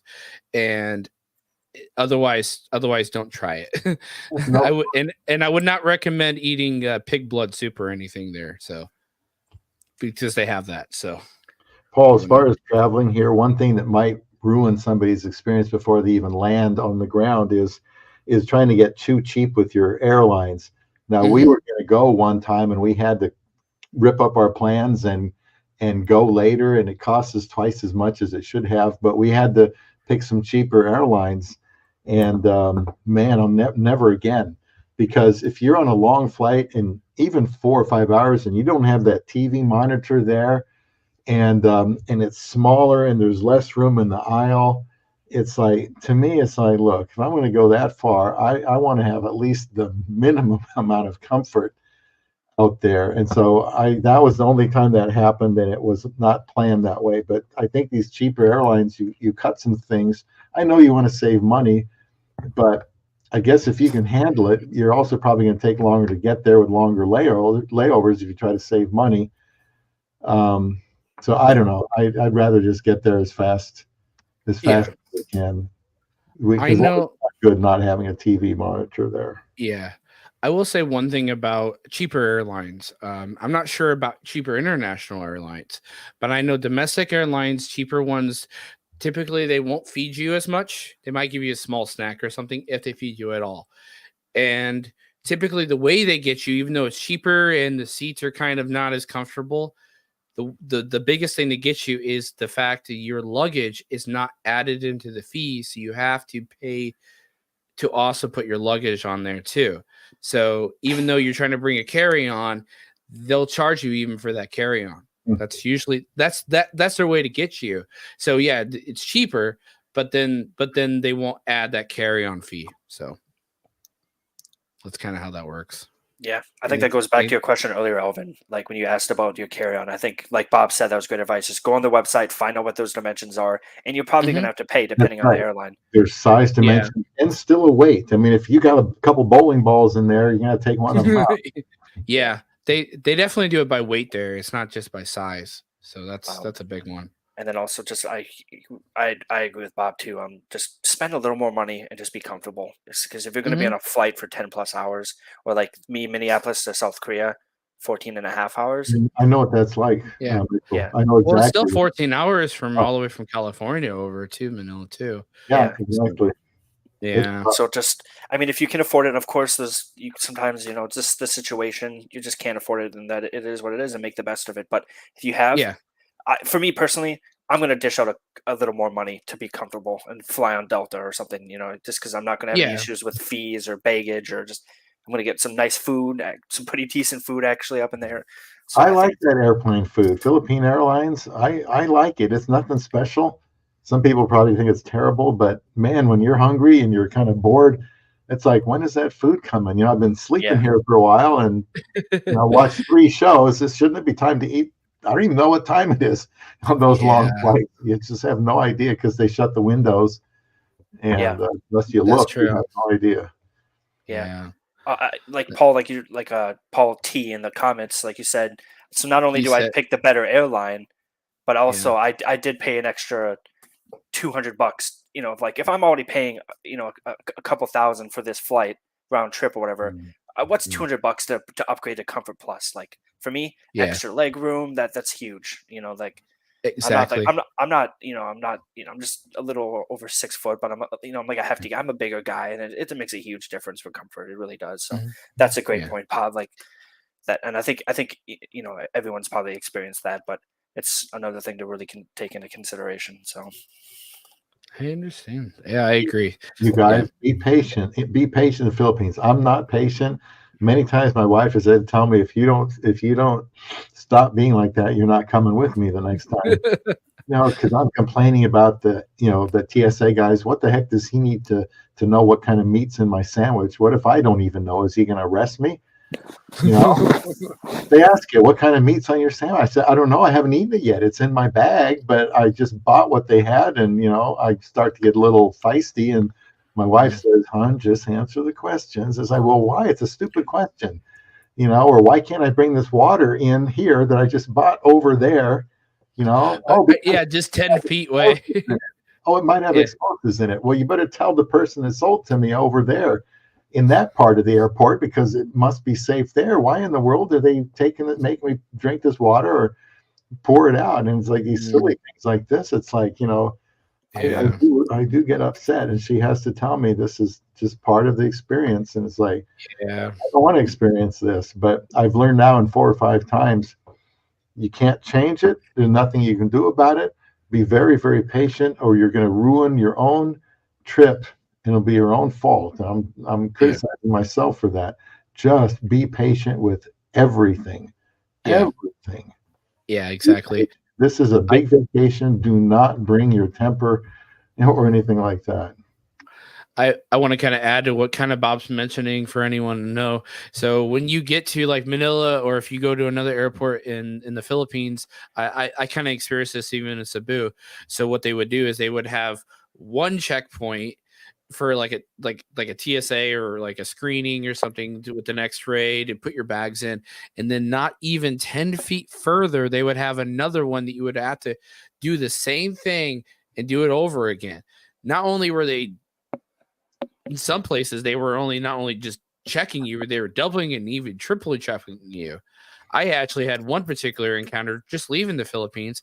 Not only were they double checking me, but they even had me open up my luggage and they wound up like rubbing some kind of powder across it or checking for powder or something. They even had me open it all up and everything. It was kind of weird. So, that was, I don't know, but they were taking some kind of little bad thing. Some drugs? I don't know. I don't know. They wanted to make sure there was like no explosives or something in there on top of it. Well, you got that far, it's like, but I need to learn to zip my lips. You definitely gotta be patient, though, as much as you can. They're just checking and granted, okay, let's just put it this way. Granted, they are checking your stuff. I will also recommend, so make sure you're not watching out for scammers, especially you got to open up your bags like that. Make sure nobody's like accidentally dropping anything in your bag. And me and Bob were talking about, like that bullet scam and everything they were trying to do to people.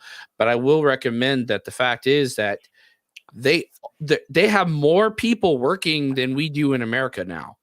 So that's a good thing. So even though you're going to go through all these checkpoints, know that the fact that it's going to be released faster than one individual in America that's going to screen hundreds of people. There's at least 4 of them right in front of you screening.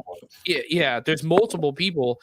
That's the one thing I notice about even McDonald's in the Philippines. There's 5 people at the counter in McDonald's when I could barely get somebody at the counter here in Missouri. So that's kind of how it is.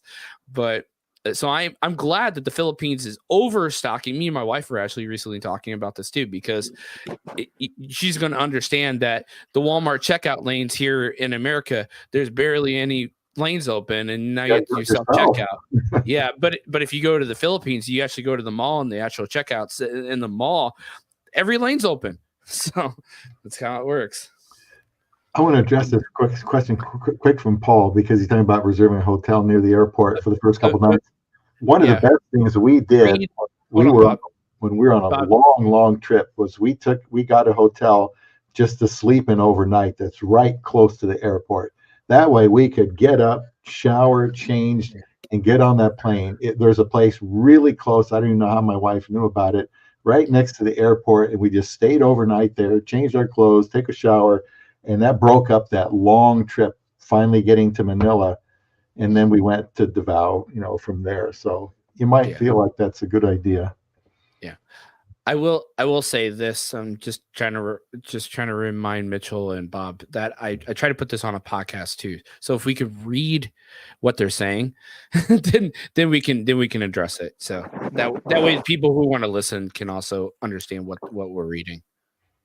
Yeah, I think in Manila there's speaking to the question of getting, like Bob just said, getting a hotel.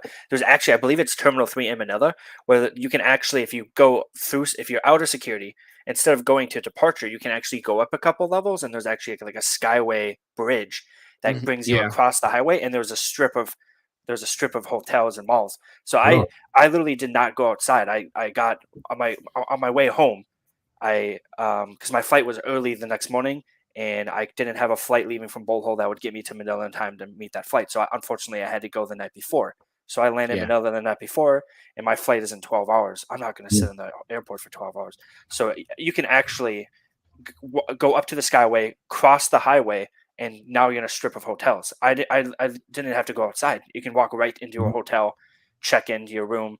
And then I ended up going outside because I was super hungry, and I went have to a question about that across though. the street. Yeah. Did you have to pay an early check-in fee though? You don't know for the hotel?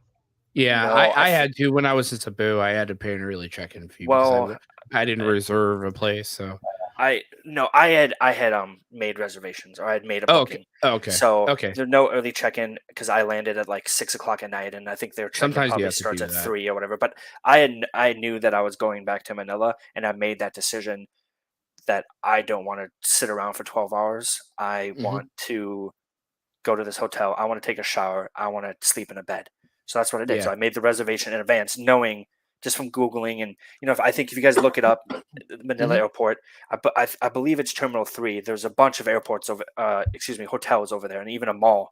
So you can go get some food. And, but, at that point, I'm just tired, man. I just wanted to get in my room, take a shower. And I ended up just like walking over to McDonald's and grabbing some McDonald's, which, that's not the most ideal thing when you're on vacation, but it's quick and easy and cheap. And it's right next to the hotel. So I checked in, went down, got my food, and that's one thing that's amazing about. I mean, I'll give McDonald's credit how they can have such a consistent brand all over the world. That's crazy. And of course, the menu is going to be a little different, but like their fries but they definitely had some different kinds of food at that McDonald's. So it was kind of cool to actually see fried chicken at McDonald's for once. So going back to Paul's question, I'm sorry, Paul, I didn't mean to cut you off. No problem. That's fine. Like you said Paul T? Yeah, Paul T. Okay. You said a couple days. I think that's really up to you, sir. Like for me, I wanted to get to my destination, so I wanted to like if Manila is your destination, sure, then you can go from there. But for maybe just try to plan that in advance. If Manila is not your final destination, maybe a couple days in Manila would be great because then maybe you have an itinerary. There's a few places you want to check out in Manila. But if you're not planning to do anything in Manila, I would say maybe just try to make it like a one-day thing. But of course, that's always up to you. If there's something you wanted to do in Manila, absolutely stay there for a couple of days. But if your plan is to get to another island, or I would recommend just try to get you land. If you're going to land on a Friday, try to have your next flight maybe leaving on Saturday, just so you can get a night's rest and a shower. But I mean, each to their own, and it really depends on what you got going on. So I agree. So I think when it comes to it, especially if you're like what we do here, we talk about in the prospect of marrying a Filipina. So you kind of have to go through Manila either way, and you have to go to the embassy, and you have to do that whole legal capacity paperwork anyway to stay the night in Manila. But if you can avoid it, just go to your next destination as much as you can. Now, granted, I didn't have to go to the embassy. The embassy was shut down because I went during the time of COVID, so I was able to skip it and get an affidavit. So that was really cool. So I didn't even stay in Manila at all. I went right to I didn't even get to experience Manila like you guys got to. I just went. I arrived at the airport. I skipped out of it, and I already had my legal capacity, and I just went down to Cagayan like I needed to. So that was the cool part. It's 10 million people. A lot of people. Yeah. Huh? 10 million people. It's a lot of people. What about Manila.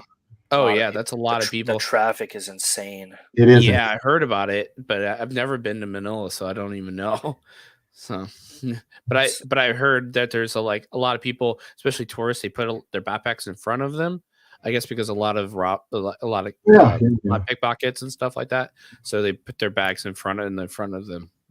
It's a pretty common thing, I guess, that they have a lot of pickpockets in Manila honestly, and stuff. That's almost anywhere, honestly. If you get a high population in tourists, so a combination of high population and tourists. Like I was in Italy, that was a big thing in Italy, but not so much in Germany. But you still, anytime you're in a city, even at home, you just gotta be aware of your surroundings. So, yeah.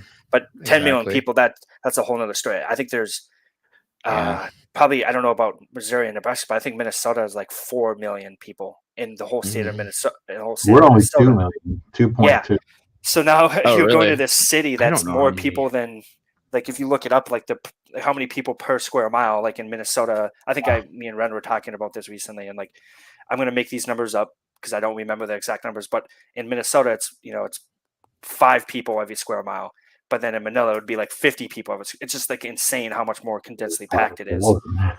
Yeah, I just looked it up. We're 2.8 million in St. Louis, Missouri here, so that's a lot. So, but that's just the city, or is that the whole state? That's the city. That's the city. Okay, see, like the whole state. The whole state is 4.5 million. And let me Google it. I don't know. You would have to look it up. I don't know how many are in Missouri, but we're a pretty big state, so yeah. Well, keep in mind, if you have a somewhat smaller state in the United States, if she's going to live there, she might like that. My wife would prefer a town of 5,000, to be honest with you. She loves these small towns in Nebraska because she's never imagined they existed before. nice small hidden towns, 5,000. She says, I'd love to live here. You know, we got 280,000 now where I live. So, but to her, that's just about right. But she prefers something smaller even. And Davao is like 2 million. So that's where she's from. Yeah. Yeah, I I just looked misspoke. it up. Minnesota is 5.7 million, and then Missouri is Okay. 6.1. Mhm. So yeah, 6.168. So almost Yeah. 6.2. Yeah, almost. Since 2021, it says. It's probably just because you have that St. Louis, and then you got Kansas City, and so, Yeah, we got a lot of big cities. We have Jeff City also, and a lot of big cities around us. So But very that very big cities. just a culture shock. How Springfield. many people? Yeah. Just so many people everywhere. That was a big change for me. And of course, I'm a Caucasian. I'm a white guy, so that's one thing I was talking with Paul is like I live in You're gonna be a Minneapolis, so Kano. There's good diversity, of course. We got a lot of people here in Minneapolis and in Minnesota, but it's a whole other story when I'm on the domestic side of the airport because I'm flying to another island in Yeah. the Philippines, and I'm walking through these terminals of thousands of people, and I'm like, I don't see any other white guys or any other white people. It's just all Yeah. Filipinos because Yeah. because you're in the Philippines, so that's a culture shock, and not really like a bad way, but more of like a I've never had this feeling before. So it's kind of I wasn't scared or anything, but it was kind of just like a fun something you kind of just realize. You just go, oh yeah, look Yeah. at this. But Well, it's a little anxious. It is a. Would you think that though? It would be a little anxious, at least that you're kind of out of your own habitat a little bit. I think that's probably the only time I felt it was when I Yeah. was in that airport, when I was walking Yeah. up and down because like I said, my flight was going to delay, so I'm walking up and down Yeah. this airport and just nobody else, and people are, and maybe it's just all in your head, but some people are looking at you and Yeah. who's this white guy, who's this white, but I wouldn't, so maybe have like a story. when I first like realized it, maybe, but it Mhm. quickly went away because I'm just like I never felt unsafe. I don't think I was. I Yeah. was always smart. I always put myself in smart situations, but I never felt unsafe. Good. Yeah. In my time in the Philippines, I always felt warm and welcomed. So Yeah. Me and Bob kind of went to the more dangerous area of the Philippines, I guess we would say. The place where in Mindanao, they recommend a lot of foreigners don't really go because a lot of civil unrest down there. But we felt pretty safe down there. I would say I felt pretty safe. I found pretty helpful actually. I had conductors and other people just like straight up like take my luggage and throw it underneath a bus and shuffle me to my destination. So but that's how it is. And but I didn't really feel generally unsafe there. And I know when I went all the way down to Davao, I did go through a military checkpoint. That was kind of interesting. But they just kind of waved me through. They made me roll down my windows and waved me through. It wasn't like a big deal. But there is certain cautions that you have to be aware of down that way. I wouldn't really recommend going down to the autonomous region of Muslim Mindanao, which is southwest of there. I wouldn't recommend going down there because that's some pretty serious civil unrest. But I know even in my wife's around my wife's town, they did have some recent, I wouldn't say recent, but in the last few years, they had some bus bombings, and that was kind of a big issue. People throwing bags in buses and leaving the bags there and getting off the bus, and it's kind of dangerous, but you just have to be really, really super cautious wherever you're going.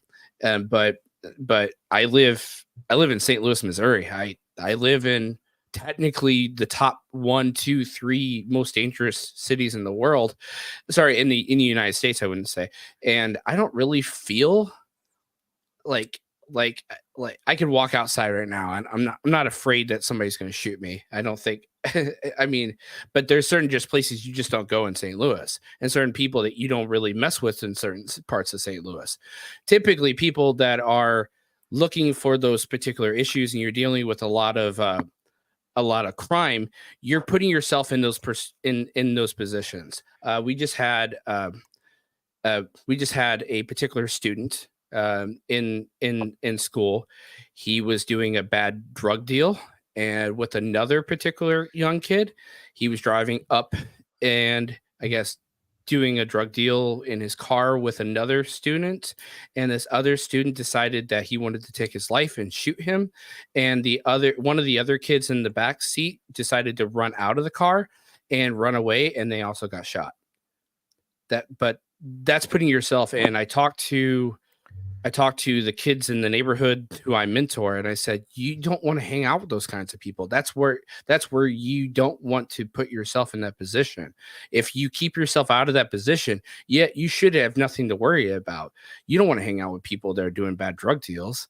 So I wouldn't recommend doing that at all. I wouldn't even recommend doing drugs. But the fact is that stay away from people. If you got this kind of problem, you need to stay away from those kind of people. I had another neighbor kid. They wound up getting their house shot at because they were doing bad deals and a lot of bad issues. They started hanging out with a bunch of bad gangs. Well, stay away from those kinds of kids, and you won't get your house shot up. Sorry, that's just how it works. And it's terrible, but it's how it is. So, I mean, when you're in the Philippines, you want to stay away from predominantly dangerous areas. That's how it works. I mean, if you're in Colombia or if you're in Mexico, you should ask where can you walk? what places are good and what places are not good. I recommend don't be walking around North County in St. Louis or East St. Louis or near the strip clubs. I'm sorry, don't be walking around there because that's where a lot of the crime's at. Yeah, your Filipino will know the dangerous place. Yeah. He's your expert. Absolutely rely on her. Yeah, exactly. But I didn't feel at all like I was in danger. But me being with my wife and my wife knowing certain areas in those towns, I didn't feel like I was in danger at all. Even being down in Mindanao. I know a lot of people don't like going down there, but I didn't have no problem going down that way. So, Mitchell, you have something to add, or are you all right? No, sorry. Do you get? Okay. Hopefully you're not hearing anything from me. It's fine. I just any background add noise. to. No, I think just in general, like you said, just be aware of your surroundings, and like Bob said, listen to the locals, listen to your girl, and just don't put yourselves in those situations like you're telling those those kids. Just don't put yourself in that situation. So and I think that just comes with travel, right? Like just. But so as long as you don't put yourself in those situations, you're gonna have a great time and you're not gonna have any issues. I mean, you might have the only issue I would say, the only like negative thing I would say is sometimes being bothered for people trying to if I would go to a popular beach, a tourist beach, getting bothered. Hey, sir, buy this, sir. Yeah. Dilly, no, thank you, and just constantly there is a word. around. Yeah, I would have to find. There is a word you can tell them that says, "Hey, I don't want any. Go away." And I forgot what it is, but I know Corey from Cody. I think what was his name? I can't remember. I would have to tell you later, but I forgot. But he winds up telling us. But you can ask your Filipino also, like what do you say in Filipino to tell them to go away? So there are words and stuff, and if you speak to them in Filipino, they'll typically leave you alone. And most of the time, yeah. Like if you are assertive and you say no, thank you. Of course, I'm always respectful. That's just who I am. But no, thank you, no. And most of the time they leave you alone. There's a few that they are will follow you. They're a little they'll more. push Yeah, you. they're follow you a little bit. And Yeah. I think it only happened to me once that I had only one time that I had to actually kind of get a little more. Yeah. I don't want to say aggressive. I had to kind of. No, I had to turn that switch where I'm no longer being polite, and because he kept following me, and then finally I turned around and said, "Dude, no, you need to stop following me." And he went and he walked away. So that was that. That was the only time that I had that. I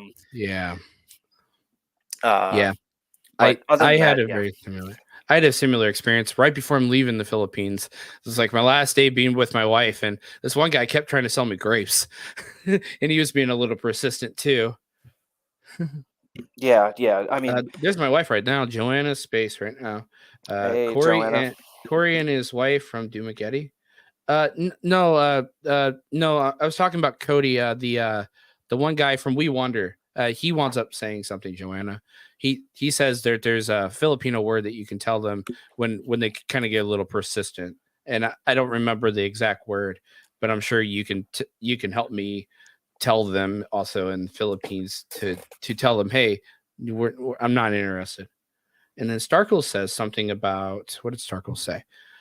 I know you guys moved on from the topic, but I spoke to the Filipino who was able to explain the currency issue, and they said if you exchange your currency into PHP before leaving, you're limited to 10,000 PHP.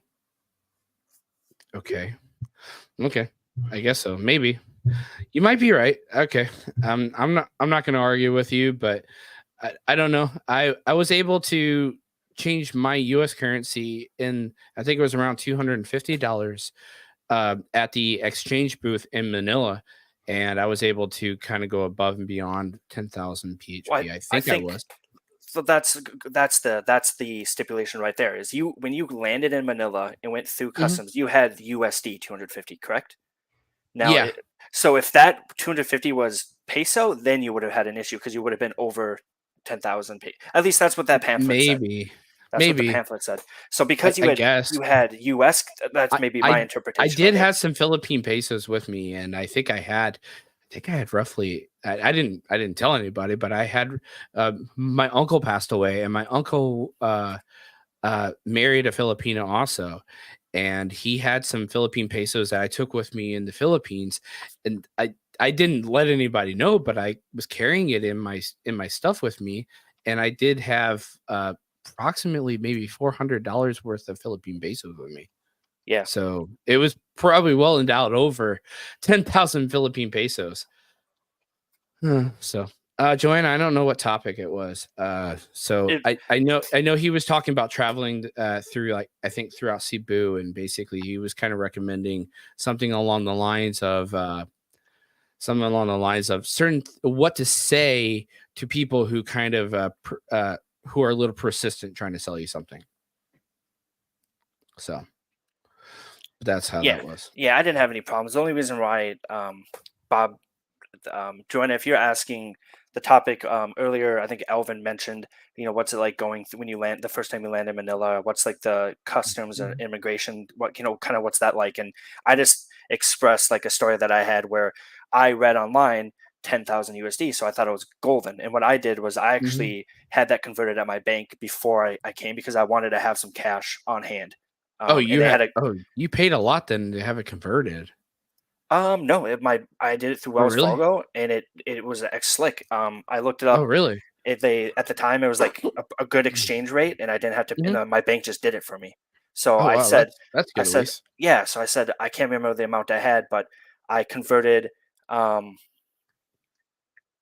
Paul T, like you're saying 10K. So that's what online says. But then where the confusion is coming in is when I had pesos on me, not USD. I had pesos on me. And I got this pamphlet handed to me, and you had to declare, what you're bringing into the Philippines. And one of them was you can't have over 10,000 PHP. And I was like, oh my God, because I read online it was 10,000 USD. So that's where the confusion's coming from. And I think that's where we've been discussing. Yeah. And then as Starkos pointed out, that it might be, I'm not sure. It's just one thing to just be aware of. Yeah. I mean, if you're gonna bring pesos with you, maybe just be aware that potentially you can't have more than 10,000, or just do what Bob does, just have. Or like Paul, just have the USD and to get it converted there. I mean, and there was no issues there. I ended up doing that many times. I was just me personally, my first time going to the Philippines, I wanted some of that local currency on hand. You feel better about things. And I think that's a smart thing to do, just because you can have your card that's going to work, but I think it's smart to have local currency. And so I think that's where the confusion is back and forth, is because the website's telling us one, but like Starko was saying that I guess it's just that, which doesn't make any sense, right? Like, 10,000 USD, no problem. 10,000 PHP, which is only $200. No, it's like, well, that doesn't make any sense. That doesn't make any sense. How is that? I know one thing about the Philippines is they're generally inconsistent about certain things that they say or write down sometimes, especially on websites. You have to be really, really careful. Me trying to help people through the legal capacity process, and what they said one thing I remember this. The PSA was this like memorandum 2315. The Manila and the Cebu embassy has to open back up and start processing their legal capacity paperwork. Memorandum 2315. And then the Manila and the Cebu embassy and consulate was just like, we're not ready. and they were still in the PSA, the Philippines Statistics Authority, was like, you need to be ready. And they were like, well, we're not ready, and we're not going to open back up, and you're going to have to hold off. And then finally the PSA was just like, okay, new memorandum 2023-16. They're not ready yet, so we're going to wait for them. So we're going to give them 1 month to open up. and that's what the memorandum was. That was that legal capacity. And I wound up having to change my video because they kept making new memorandums. They were making new orders about what they were doing. And I wound up having to change it because I was just like, hey guys, you can get it in your state. And then I was just like, well, not anymore. So, but you have 1 month left if you want to get it real quick. And that's basically what my video was about. And then if you go to the LCR, which is the local civil registry, if you go to them, they don't even know what the PSA website says, and they won't even read it, even though you told them you should show it to the local civil registry. They'll be like, nope, we don't believe you. We only go what the LCR said. So what the PSA says. Well, this is their website. This is what it says. Nope, we don't believe you. Oh man. That's why I say you got to be patient. Yeah, you have to be patient with them regardless. Yeah, so yeah, what something might say, what something might be written down may not be actually what's really going on. You have to be super patient with them because they're not really consistent with a lot of things that they do in the Philippines, and you just have to kind of deal with it. I've gone to many of websites that are supposed to be for the Philippines, and I wasn't able to figure out what I needed to do. When my flight was canceled, even I was not even able to get a hold of people. I was 600 in the queue trying to schedule a new flight. They wound up rescheduling me for only going to Manila, but they wouldn't relink my other flights all the way back to St. Louis, Missouri. And I wound up trying to be 600 in the queue trying to contact them, but I kept running out of load on my phone. But I wound up finding somewhere, I don't even remember where I found it, but I wound up finding somewhere where I was able to contact Philippine Airlines through a WhatsApp, where I was texting a guy back and forth, and I was on a WhatsApp text with this guy for over 4 hours trying to get this fixed. Yeah, trying to relink everything back together because he wasn't quite understanding what I was doing. And yeah, you just, like Bob just said, you have to be patient. You have to be so patient. And a travel agent helps because then a travel agent will do it for you. That's true. But having a problem, and they'll say, I already know. What do you want to do? Oh, try to get me a next flight. Okay, I'll do that. And so then you don't have to get 600 in line. I got two things to add, guys, on that. Okay, go ahead. Bob, with the travel agent, and then back to before where we spoke about paying a little extra money to go with a better airline. If you have issues compared to Delta versus, say, Sun Country or Spirit Airlines, your customer service and those troubleshooting and those solutions are going to get fixed so much. Going to be a lot easier to fix with Delta. I had a similar issue where they changed my flight. I booked months in advance, and then all of a sudden I get an update. Oh, your flights have changed. And they added, like, I had a direct flight from Minneapolis to South Korea and then from Korea to Minnesota. But then all of a sudden they added like 3 layovers. Like first flying me to like Detroit, Michigan. And then from there flying, I'm like, why am I flying east and then flying back west? So I literally just called the guy and said, hey, I called Delta and I said, hey, this isn't going to work. This is originally what I booked. And what happened, and I don't know, just so pay attention, guys. You know, if you book in advance, pay attention, check your app or check your website. And they basically ended up putting me right back on the original flight that I booked. I'm like, why did I get moved off this flight?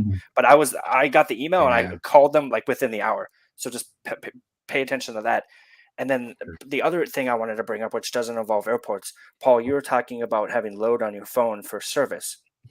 I would recommend going with your phone provider and seeing if they have options. Yeah, like for example, I have AT&T. Yeah, AT&T offers international data or international service, basically for $10 a month or something like that, or $10. I can't remember. It was actually fairly cheap. But all I did was I went onto my account and I said, from this date to this date, I'm going to be in the Philippines. And Philippines is a country that is covered. So basically, I paid a flat fee to have service while I was in the Philippines. So when I was in the Philippines, I had 5G data, I had phone service, and I paid one flat fee for with my phone provider. So I would recommend, guys, and if your phone provider does that, it saves you so much time and hassle not having to buy those chips or those load, or just talk to your provider and your phone's going to work just like normal. So sometimes I know this is one thing that you have to be careful about your phone provider, because sometimes they do slow down your data. I know T-Mobile. Okay, so I've gone with Google Fi, and I switched away from AT&T, and I decided to try to use their SIM cards instead. Maybe I could have still stuck at that particular time when I did go. I didn't think about it, but I guess I could have stayed with the AT&T, but I didn't really know what it would actually cost me, and I thought it would maybe be cheaper for me to actually just go ahead and use their SIM cards. Even though my current one was still active, I didn't activate it to be international, and actually that kind of screwed me up when I got to Manila, because since I didn't actually set up for it to be international, to actually use it for the Philippines, like you just mentioned, Mitchell, I wasn't able to use my phone the moment I arrived. So I do recommend, at least if you can, when you arrive, at least have it set up that way. I do recommend at least that, and to at least do that. But the one thing I will say about T-Mobile, what is it? Sprint. T-Mobile bought out Sprint, I think, now, and they slow down your data to almost where you can't even use it. So you have to be super careful. Even though they'll let you use it in the Philippines, they immensely slow it down. Now, since I signed up for Google Fi now, and I like Google Fi, it's cheaper now than AT&T. They actually allow you a pretty significant amount of data if you actually do. I think I do this. I currently have the Simply Unlimited plan from Google Fi, but they have another one that's more like unlimited, better than that, and that one's actually for international. If you really want to do it for international, they actually give you way more data, and I recommend at least switching over to that if you're going to travel a lot. So, but if you can afford it and you still want to keep your cell phone plan, you can do it, but you're going to face some roaming charges either way, though. Well, what I'm speaking to is maybe like your data slow down could be the availability of that. I can only speak to AT&T, but I just Googled it, and what it is AT&T. It's $10 a day, and basically you get everything. Your phone works like normal. So I landed in Manila, and I could pull up my phone, and I had service, I had internet, and I paid $10 a day. And if you go, for example, that's a pretty significant charge. You're paying $10 a day. Times 30 days, though. That's a lot. Yeah, but absolutely. If you can afford it. But for me, I don't want to have to land and not have a phone, and then have to or then go and buy a SIM and then put that in, and then have X amount of load, and then my load runs out and I'm in the middle of nowhere. Or, to me, it was just convenience. And once again, it all comes down to your budget. And it's not perfect, but for me, peace of mind, $10 a day, and I can land in Manila and my phone's working already. That's great. Yeah. So I recommend at least doing it because I face that issue, and Bob faced that kind of same issue too. And I'd recommend, at least if you do have a cell phone, at least setting it up internationally temporarily, and then if you have an unlocked phone, at least using it there for that. But if you have a locked phone, I would recommend the possibility, if you can afford it, go ahead and just stick with the plan you got. Paul T said, I think they drop it down. I think they drop down the data to like 2G speeds. I think they might too with T-Mobile. And then he also says, another issue with buying SIMs in the Philippines is the law about registering it to you now. What do you mean by that, Paul? I'm not really sure about registering to you now. Are you talking about like the eSIMs, or I'm not sure what he means about that. But yeah. While he's thinking about that, I wanted to bring up the issue of what I like to do on that plane, that long flight, especially in that long one, is to have the ability to use my phone and get on and work on my channel or check my email or Google search. And I bought the United plan when we went to the Philippines, and it just basically didn't work. On the way back, my wife bought a pocket Wi-Fi that we could keep charged the whole time on the way back, and it actually worked. So that pocket Wi-Fi in the Philippines, worked better than the United situation I paid $30 for, and it just didn't work. But the pocket Mhm. Wi-Fi did, because that long flight, yeah, there's a TV screen, but that's a long time for me not to check stuff that I'm used to checking Yeah. today. Yeah, I So understand. pocket Wi-Fi, maybe that's something you need to carry around, whether you're there or on the plane. Yeah, I know my wife mentioned a little bit about hotspots and pocket Wi-Fi's and stuff like that. And I know that definitely does come in handy, especially if you're traveling a lot. It works better off that way. Paul T said they want you to identify who has each SIM account. I don't know anything about that. That might be something new. If it is something new, let us know. I didn't know. Did you face anything like that, Mitchell? No, Identifying you? no, because Identity? I went to my provider and I said Yeah. for days Yeah, that's through true. days Yeah, you these did. days I want active Mhm. I would have to international talk to my plan. wife about that. Yeah. But yeah, it sounds like it just kind of makes sense. They don't want people to do shady stuff with a sim because you can get away with it. But Mm. Yeah, that's true. it's all comes down to your personal preference and kind of what your budget is. But Yeah. that's just one thing I would recommend, guys, is just going check with your provider and just Google it. For example, if you have AT&T, I just Googled just a moment ago. I Googled because I couldn't remember. I Googled Yeah. AT&T International Data Plan, and then you can pull it up and it gives you all the details. So for $10 a Yeah. day, use your phone while Yeah. I mean, I know I I keep know I saying the did. same thing over again, but that was super It's exciting for fine. me. I That's was fine. I'm glad. I'm glad that worked out for you because I did face an issue where they locked me out of my debit card. And even though I put a travel notice on all my cards, and one thing I found out is that I wasn't able to use one particular card, and I was trying to schedule a flight. I was able to use one of my credit cards to schedule my flight instead, but my debit card, they wound up locking out my debit card, even though I put a travel notice on it. So I wound up having to call my bank internationally and tell them, hey, you locked out this card when you're not supposed to. And they were like, well, we noticed that there was something that was happening online in the Philippines and we locked it out. I'm like, well, that was me. So can you unlock it? But yeah, but I wound up having to sign up for an international call plan through the current SIM card service, which was kind of difficult through either Globe or I think I wound up using Smart for a minute, and then I wound up switching to Globe because I think Globe worked better for me, and I think Smart wound up locking me out for some reason. I couldn't use it, and I couldn't figure out how to use Smart. So me and my son just switched over to Globe, and it worked out better. But I wound up having to sign up for an international plan just so I can call overseas. Then I had to figure out how to do that too. That was a whole nother issue. So You guys, can't you just use Wi-Fi on your phone that's tapped into your hotel or your wife's Wi-Fi? I yeah, you mean, sure can. you But mean if you're out, call like Wi-Fi calling? Is that what you're trying to no, say? no, just internet. Well, internet, yeah, but if you're trying to make an actual phone call, Well, that's you can use different. like Viber, for example, is an app, and you don't pay Yeah. for anything there. Well, I guess you could. I didn't think about Viber. Yeah, I guess that's how we yeah. communicated in Yeah. those early days was Viber. I still have Okay. it. I still use it to communicate with my wife. You can do video on that. You can just call and do audio or Facebook audio. That won't Mhm. cost anything, I don't think. Okay. yeah, I think you're right. I mean, it's But possible. I also just don't want to connect. I mean, my hotel internet's probably fine, but if I'm at an airport, I don't want to connect to random Wi-Fi's at an airport. I think in today's day and age, there's a lot of bad Yeah. actors when Yeah, it you comes got to to be stuff like that. careful. And it, Even hotels, you got to be careful too. Like any yeah, public Wi-Fi, you got to be careful. but I But plan to go, go for a drive. Or I'm going out.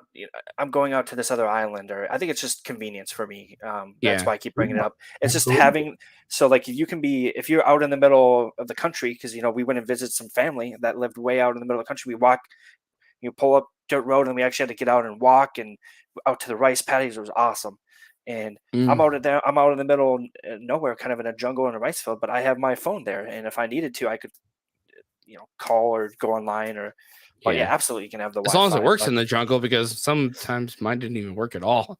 So and then I think like Paul mentioned, another factor, guys, if you're going to the Philippines for the first time, of course, yeah, traveling, checking with your banks. Weirdly enough, my bank, I called and said, "Hey, yeah, I'm going to be traveling." You're like, "Oh yeah, you Right, don't have to tell us anymore." And I'm like, "What?" right. So, yeah. but I think it's still worth the chance to call and let them know so you don't have issues. And in Paul's case, you might still have issues, but make Yeah, sure I you. wound up still having an issue because I bought something online and it wound up flagging it. Hmm. It was kind of weird. instead of buying it personally in the Philippines, I bought something online, and see, that's why I did that. yeah, it was dumb. So that was kind of. I'll be right back, Paul guys. T said, "Okay, it's okay. We're getting ready to close here in a minute. It's 11 for you, and I think it's 10 for us. Wi-Fi calling apparently bypasses some of the long distance charges, but I haven't worked it all out. Yeah, I think so. I think so. Also, Paul T. It can work out some of the ways, and I know WhatsApp kind of works in the Philippines too. Bob's mentioning Viber. I haven't really used Viber much, so I don't really have a whole lot of experience with it. But I'm sure it could work out. And this is all dialogue. It's all new to me, so I'm trying to figure this stuff out. And anything can help other people. So, and this kind of gets at everyone at least some kind of knowledge and experience, especially when you go over to the Philippines. Hey, this is the issues that we faced. Don't make the same mistakes, right, Bob? Yeah, and you should always learn from different people, especially your wife. Yeah. You know, and Viber is really good. I like it because I can send her those stickers, which I kind of like. I just sent her one the other day, and I still use it. Why? Because that's what we used back in 2015. So being the sentimental type, I want to make sure I've got Viber on this computer and Viber on my phone, just for old time's sake. You know, that's how we communicate. And Skype and Viber were the big ones, and then eventually it became Facebook when I knew what that was. You know. But yeah, you live and you learn, and you know, I'm excited for everybody here to go out there. I did want to mention some of the older guys. We were talking about roads. Some of the roads can be very bad if you got a bad neck like I do, and you're up in the mountains. Let's say your girlfriend says, "Well, let's go up here. I know some people who live up there." You're gonna feel like you're on the moon, or you're in an earthquake.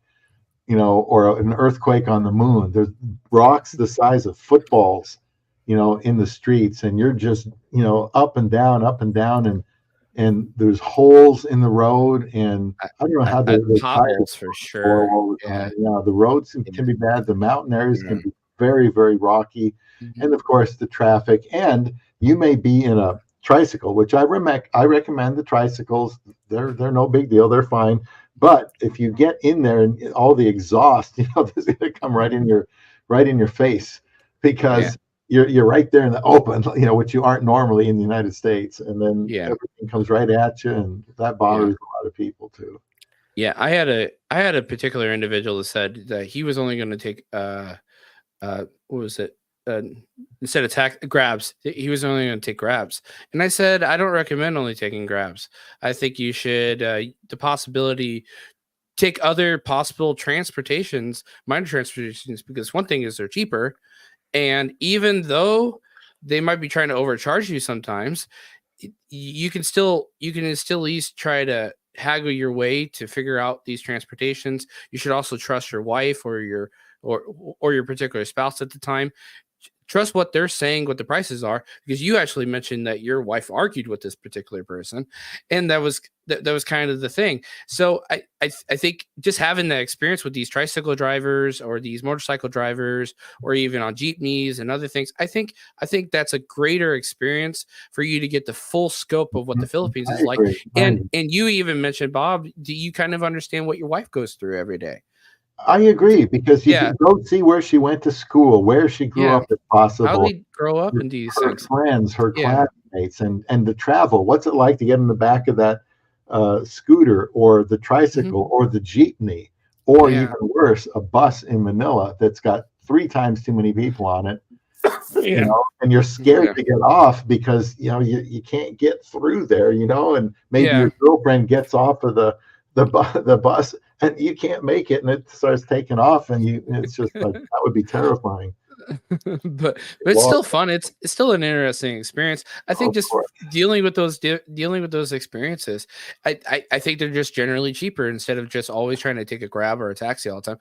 Now we did take a taxi a lot, but I didn't even use a grab. I didn't even download the app. Well, actually I did download the app, but I never used it. And that was just kind of my experience. I wound up friending a taxi driver, and he wound up picking us up, so it was really helpful too.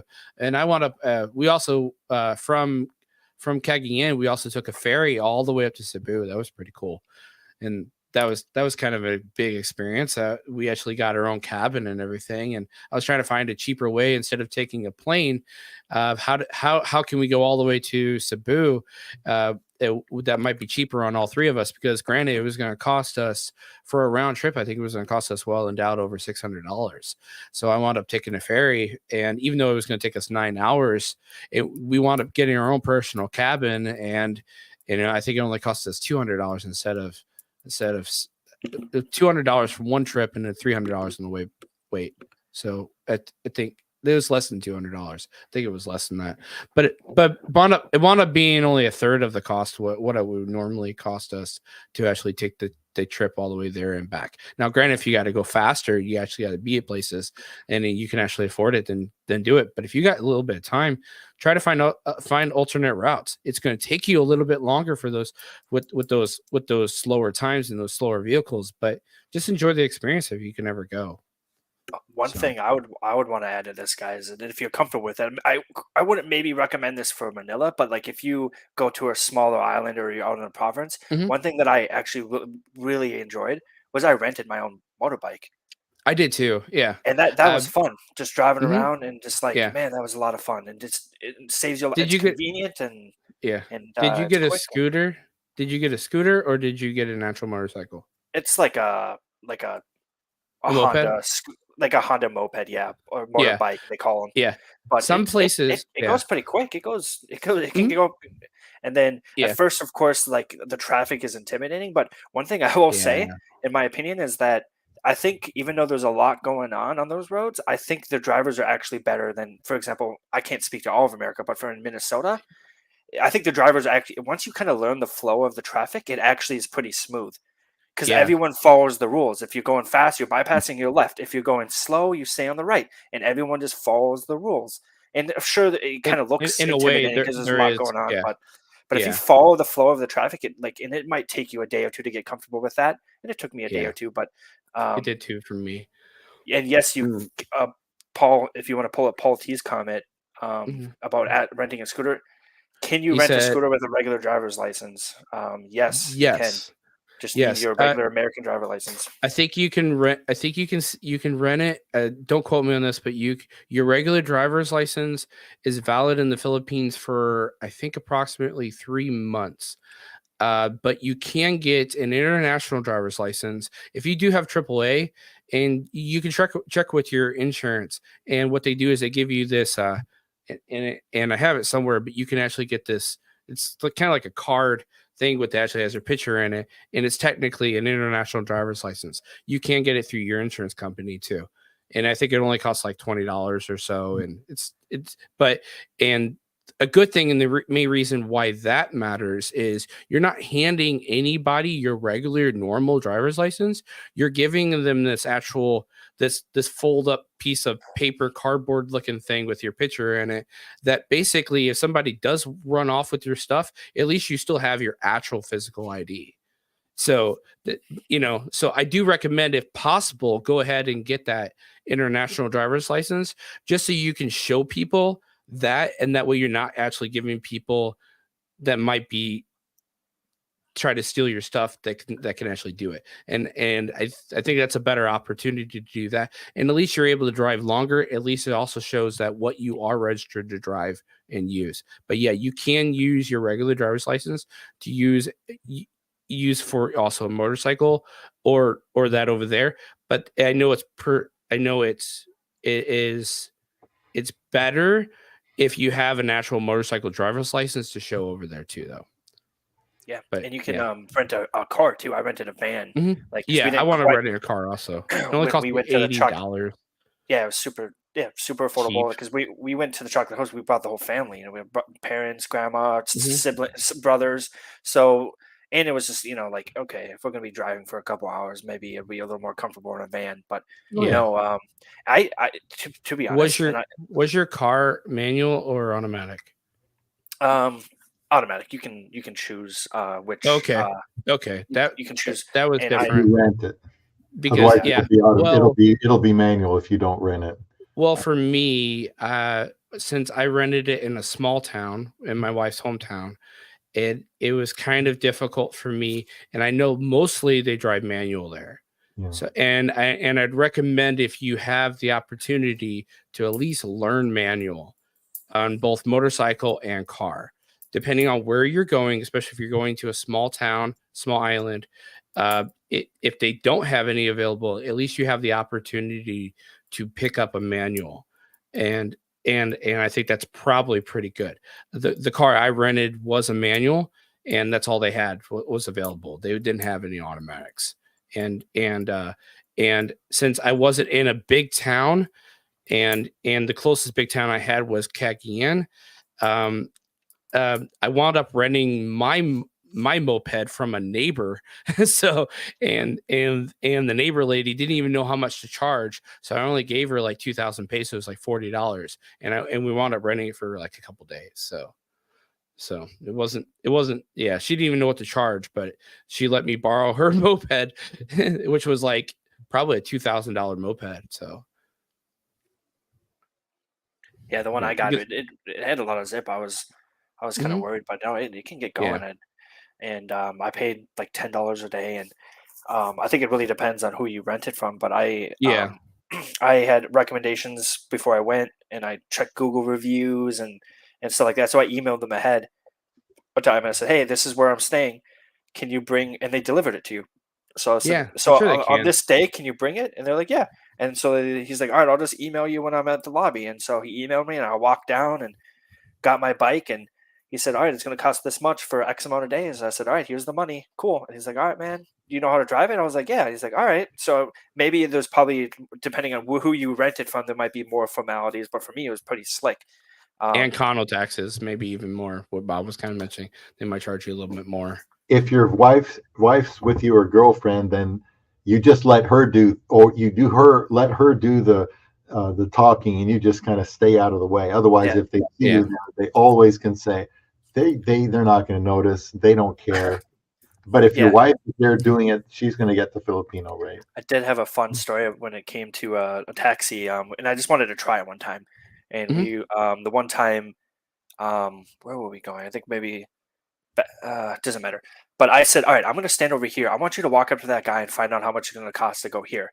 And she walked up to him, and then she waved at me, and I walk over, and then when we dropped us off, he said a different price, and then she's like, "No, no, no." So it was kind of deceived him, but at the same time, it was kind of funny. Like I'm like, "I want to see," and sure enough, yeah, he tried to charge more. Just trying to make a living, try to put food on the table Yeah. for him. But it's still kind of a fun thing to do, and to kind of get ahead of it. But always, and another interesting thing is, she when Ren, my girlfriend, was with me, a lot of times we were going to places. I think they don't. It happened a few times where she speaks Bisaya, and I don't think the locals expected her to be from that area. But I was there with her. They maybe thought I was, bringing her around with me already. I'm not sure what they were expecting, but they were Yeah. talking in Bisaya, and then she like interjected into the conversation. They go, "Oh, you know Bisaya?" And they're like, "Yeah, I know Bisaya." And then it was kind of funny because I don't know, it was just like a funny little moment that they weren't saying anything bad, but they were kind of talking about us. And then Yeah. she goes, "Oh, hey, you're talking about us. I can hear you." And they go, "Oh my god!" They're like, you could see it on their face. They're like, "Oh my gosh, you speak Bisaya?" Like she's like, "Yeah, I'm from Bolo." So it was a fun Yeah. little story, but Yeah, always, if you as a foreigner know Bisaya, they'll be really surprised too, because they try to even converse and stuff and make sure that you don't even understand. I think at one point, one of the taxi drivers was talking to my wife and stuff, and I picked up on some of it. I didn't pick up on everything, but I know he was talking about me in, I wouldn't say bad spirit, but he was kind of talking to me about talking to her about me in a in a in maybe an obscure way. And I can't remember exactly what he said, but my wife kind of conversed and told me what he said. And but she did kind of correct him about it, but that was a whole nother thing. So but yeah, she wound up talking to many people in Bisaya, so that was pretty cool though. I wish I knew more Bisaya too. And I know, Mitchell, you said you're trying to learn it too, right? yeah, slowly and Yeah. painfully. I Yeah. struggle with even English, so Yeah. like I was telling you earlier, I'm a numbers guy. I can do math all day, but when it comes to speaking, sometimes Mhm. I'm like, and then so. And she's Yeah. trying to, little phrases and words here every day, and I pick up on things, and um, yeah, on Uh, on some like what is this? And then I remember one time, mm. I was at her house and her uncle came over or whatever, and I come out of the back room and he just goes, "On Samani," and I just instantly, I'm like, ah, I caught it. It's always it's fun when you can catch Know a that little stuff bit. like that. Yeah. Yeah. There, Bob, how much Pasaya do you know? I don't know. I only know a few No. words that my wife Okay. taught me back in 2015. I'm never going to learn it, and we're probably never going to live there. So Okay, I understand. I Yeah, don't have to. I wouldn't mind. I wouldn't mind knowing more and just be able to Oh, talk to if my you could wife a just little bit. pile that in my head like a chip, I'd like to be able to speak it fluently, but I don't have the Yeah, ability or time left to learn it that's fluently. fine. One thing I Yeah. want to mention here is we didn't talk quite about for sure is when you go to the Philippines to meet your girlfriend for the first time, be prepared to meet all of her family. You're not just going there you may be going there just to meet her, but Mhm. you got to take her family as part of the deal. Yeah. Introduce you Yeah. to aunts and uncles and nieces and nephews and the children and her parents and aunts and uncles, and it's just don't be offended by that. Get used to it. Yeah. I know when I was eating with my wife and her family. Now, granted, the sisters, and I kind of mentioned this with Bob, but might be my first time talking to you, Mitchell, and other people hearing this too. But the females, they know how to pretty much speak good English. The males there, they're a little shy about it because they're not very, they can understand it, but they're not very fluent in speaking it back.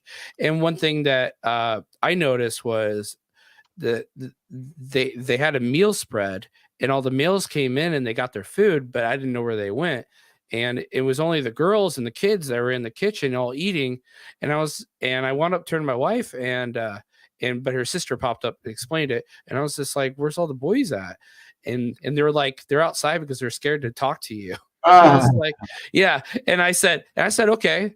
And so I got my food, I got my plate, and I walked outside and I sat next to them on a log and I just started trying to converse with them because that's what I want to do. I want to have that dialogue with them. I want to converse with them as much as possible. Okay, but did they have a decent enough English? Because that they probably were ashamed and they didn't want to.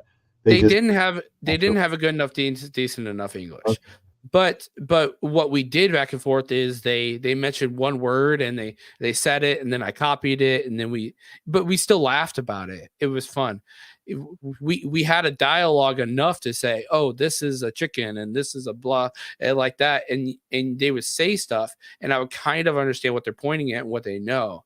And it just allows me to at least still be able to understand them enough and for us to at least have fun with it, even though that there was some like silent points even in there, but just to have that time with them was really beneficial.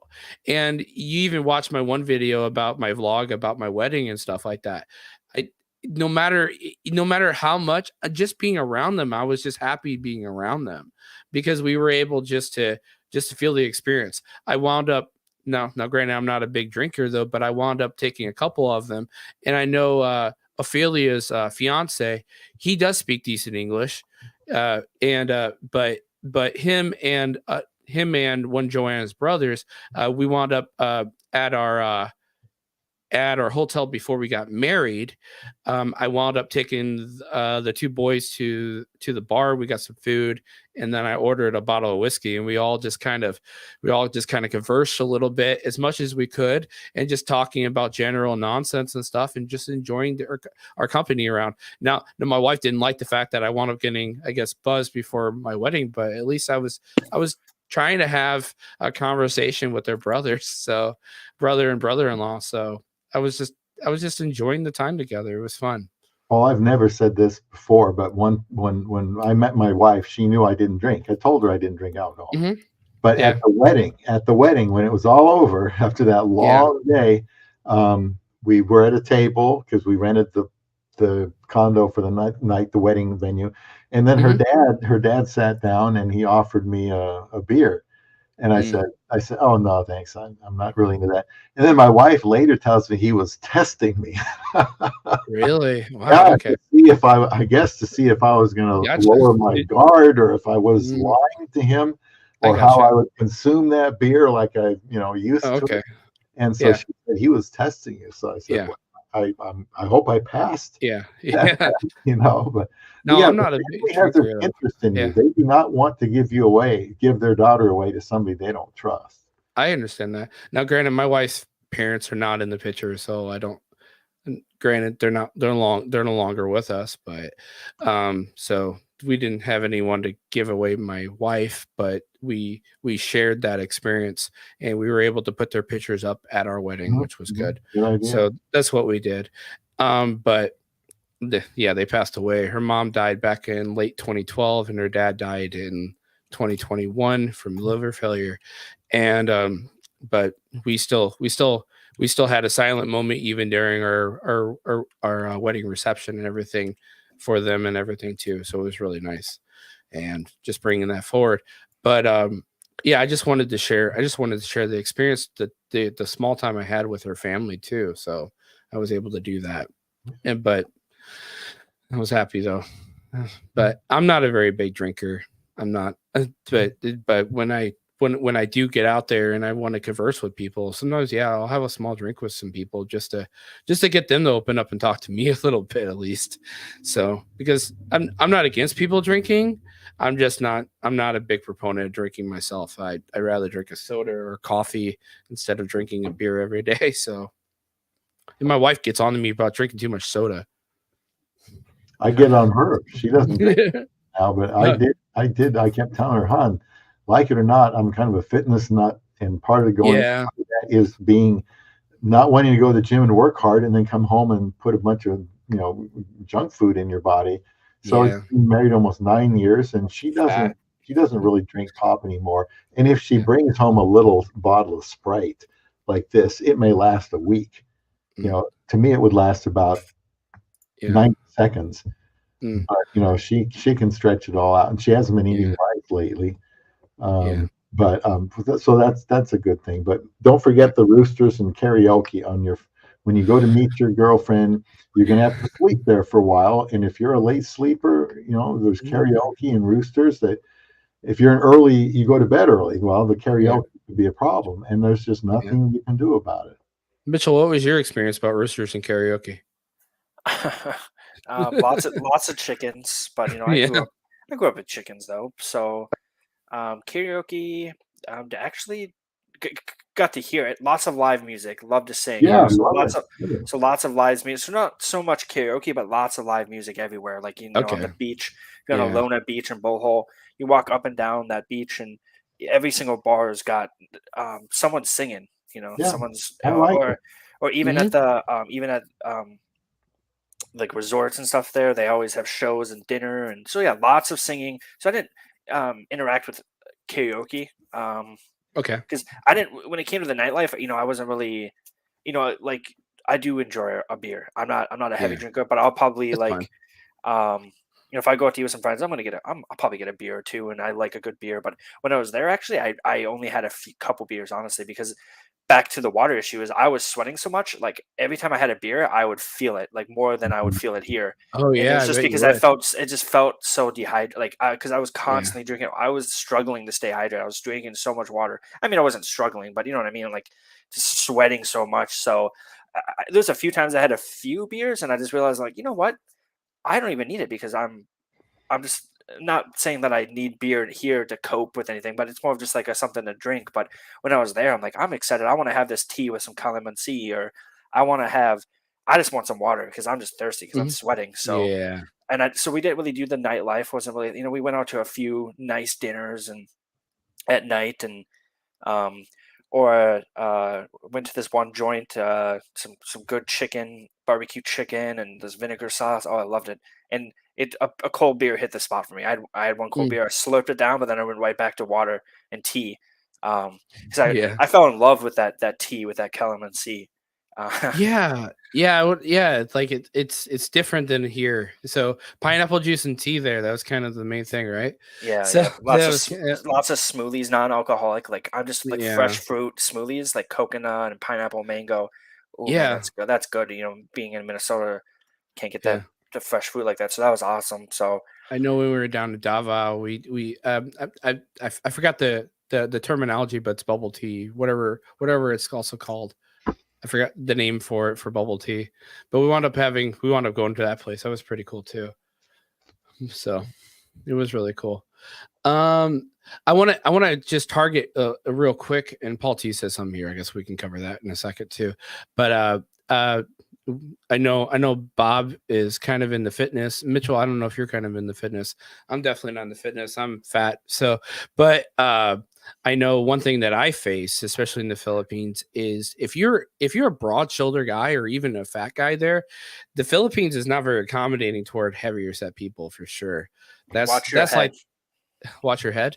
I hit my head so many times going through doorways and yeah, taller people too, I guess. Yeah, even like Yeah. her I'm family's short, house. so I'm 5'4", so I didn't have to worry about that. Okay, yeah. I'm a short guy, and I know Bob might have faced the same issue, but Yeah, so I'm just under the limit at about 6'2", so. okay. I mean, yeah, some of those tricycles you might under the umbrella, you might have to, you know. Yeah. How tall are you, Mitchell? Like 6'1". Let's see it. You guys just tower over me. I'm a short guy. I got measured back in the day. I'd be a kid next to you guys. No, it's just I even like the family house. Taller guy. Yeah. So I watched my head like going in and out of her parents' house, and I was always careful. But then just like the one time you're not paying attention, hit, bump your head.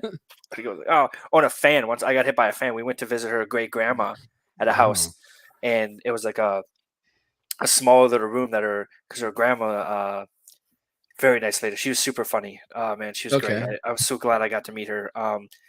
But actually, when I walked into the room, I walked in and a fan hit me right in the forehead, and everyone just starts a ceiling fan. Everyone just laughing because the ceiling fan was hanging low, and everyone just laughing. It didn't hurt that, but it wasn't like luckily it was like kind of like a plastic one. It wasn't like a thick wood one or anything, so it didn't hurt too bad. But it was more of like but that was pretty funny getting hit by the fan, and then watch your head if you're a taller guy. Just keep that in mind.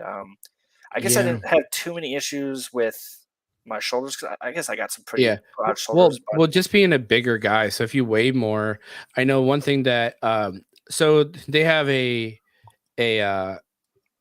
I know when I went scuba diving, okay, that was like it.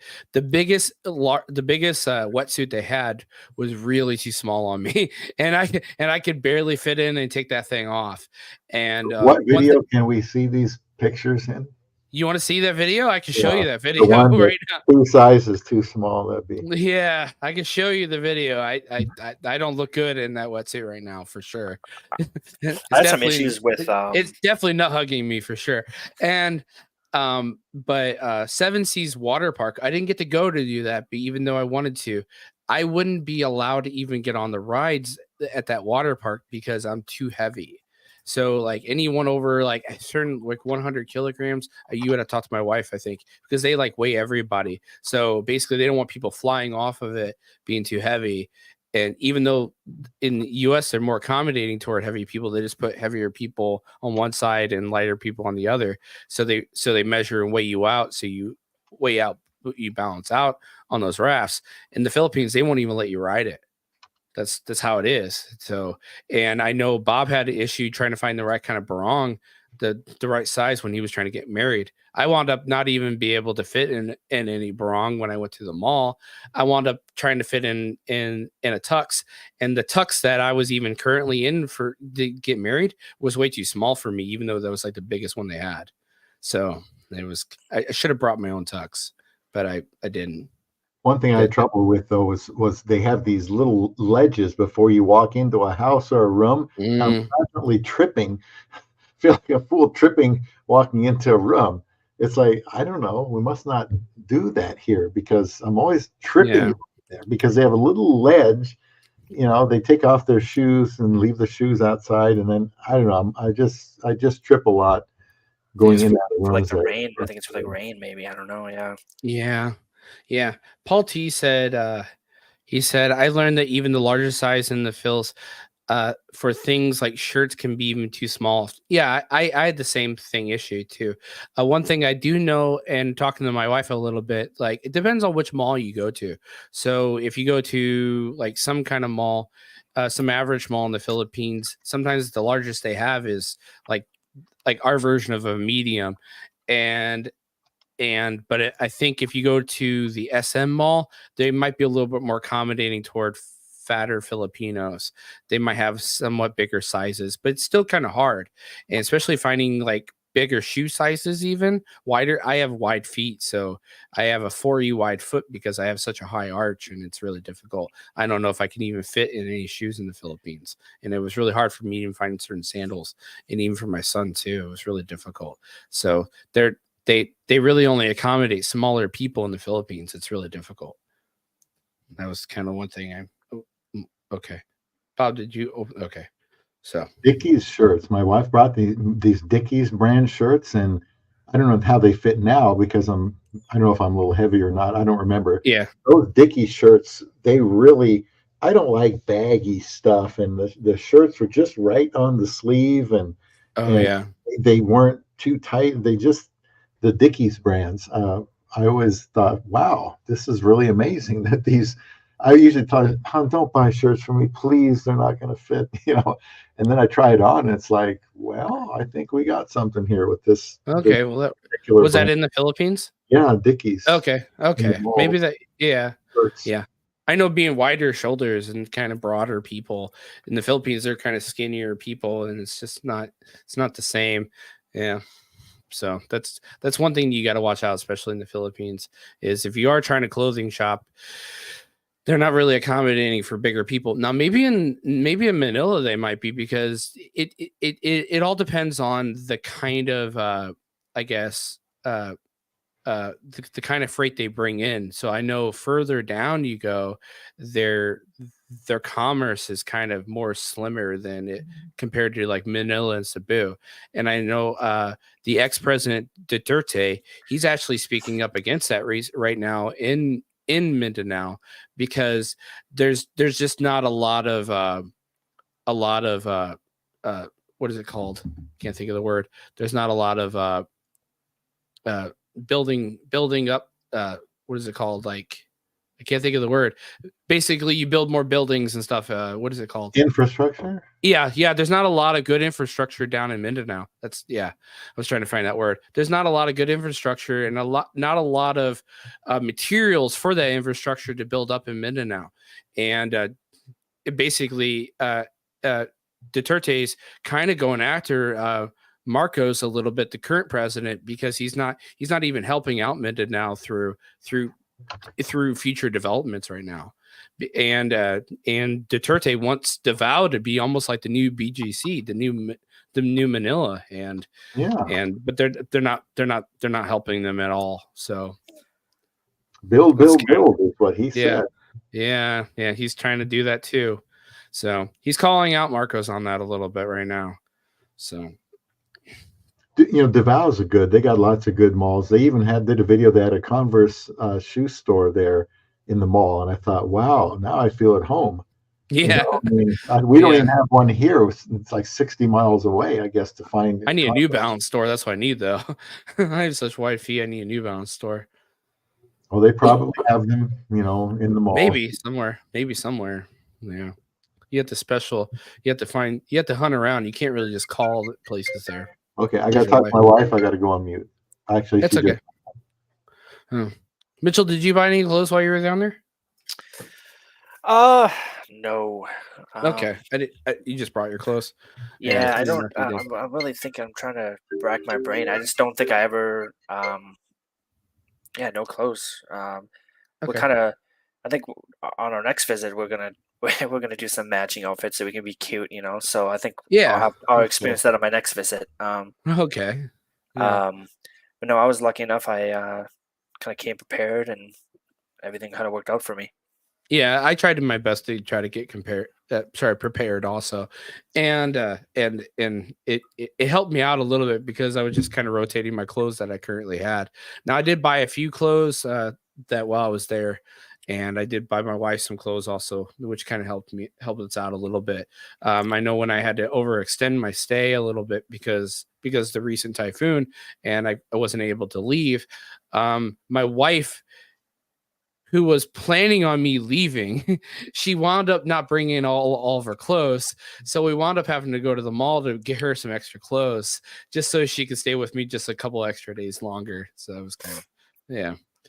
But it was pretty fun though. Oh, what do you recommend for people to get their clothes washed? Just to throw up something that maybe they hadn't thought about. Okay. All right. So there's different places you can get your clothes washed in the Philippines. And that was one thing that I had to deal with. And one thing my wife wasn't even sure how to do. I do recommend if you have an Airbnb, so the Airbnbs will sometimes have a washer and dryer combo. Sometimes you can actually search them through the Airbnb to make sure they have them like in the Airbnb also.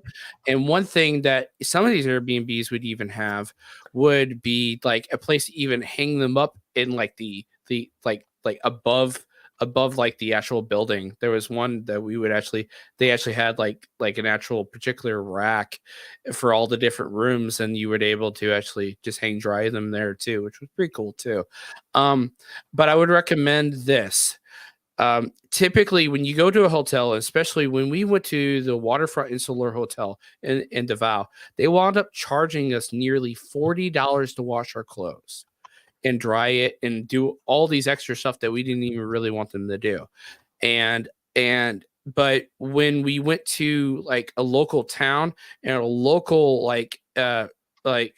washer and dryer place, typically you can't wash your clothes, but you do pay somebody to wash them for you, and you can actually look for local laundromats around you, and typically they would get them done either, if not within a couple hours, they would get them at least done by the next day. And one thing I do recommend is to bring a travel laundry bag, so it actually folds up and zips up, which is really cool. At least bring two of them. I think it's really beneficial to have a travel laundry bag. And what you can do is you can drop off that travel laundry bag at those local laundromats, and then come back later and get them whenever they're available. And I think that's probably the cheapest way to do it if you're traveling a lot. Now, if you're staying with your spouse, your wife, and your family, typically they will do your laundry for you. Right. Joanna's sister wound up doing our laundry for us. Now, granted, they didn't have the best water, but they wound up doing it. And she wound up even sewing up my underwear, which was a whole nother thing. Yeah, I talked to Bob about that, but that's what they do. They're helpful, and they hang dry them. Now, one thing is they hang dry, so it takes longer to dry it. Mm-hmm. Yeah. So that's one thing you have to take into account whenever that happens. Now, if you do pick a laundromat, they can have it. They don't even have to hang dry. They just wash it, and typically they'll also have dryers. And it's fairly cheap if you can find a pretty good one. My wife was able to get a hold of somebody on Facebook in her hometown, and I mean it was really cheap. I think it was only like a couple hundred pesos for us to have it locally done in her small town. And this one lady, she wound up having a nice house in some place. We had to take a motorcycle up, but have her family take us up there and everything. Now, carrying laundry bags on a motorcycle is not easy. That's definitely not easy to do. But if you can do it and stuff, and while they're taking you up that way and you can figure it out, they want the local lady. I mean, she was super cool. She wound up making it pretty fun. But yeah, you can sometimes you can pay your Airbnb to do it for you. We kind of had one rush to do it for us while we were in Cebu, and they wound up doing it within 4 hours while we were at the one resort where we were doing the scuba diving. We paid a little extra. We had to talk to somebody. Usually anywhere you stay in that particular hotel, resort, or Airbnb, you could talk to somebody, and somebody who's doing the house cleaning will typically have a laundromat to do it for you. But if you don't want to, you can usually find locally around in that area a local laundromat. Only you're not doing the laundry at the laundromat. Someone else is actually doing it for you. So we actually bought a small clothes washer for our place in Davao, but that's just used for the children's, the little children's clothes. I think we bought them something else, and they still haven't even used it. I don't know. I hope it's not that. There was one time we did wind up doing our laundry in the sink at one of our Airbnbs. So and and my wife was well water. Was happily complaining to me that I should have bought her laundry soap. She's like, "This is If you go through some of my videos, she's like, this is for my body," and she's yelling at me, and I'm like, just wash, woman." But it was cool. Like, I don't know if you ever seen a Filipino ever wash by hand. They rub it across their knuckles, and I can't. Yeah, you ever seen that, Bob? I don't know, Mitchell. Have you ever seen it too? Yep. Yeah. Yeah. When they wash it, they rub it across their knuckle. It's really, and I was trying to do it. My wife was making fun of me, so but it was funny. Yeah, definitely take for granted the washer and dryer that I have at home when I have to when I'm on call with Ren and she's got to do her laundry. And it's like, man, it takes them hours sometimes to do their laundry. You take that for granted. That's for sure. Yeah, I know. That's definitely true.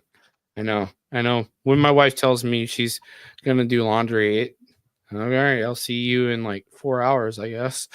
So, yeah. So, but that's how it is. Usually, when I do my laundry and stuff here, it's like, okay, I'll see you in like 10 minutes or something. Whenever I just load it up and and then I got to transfer it from the washer to the dryer.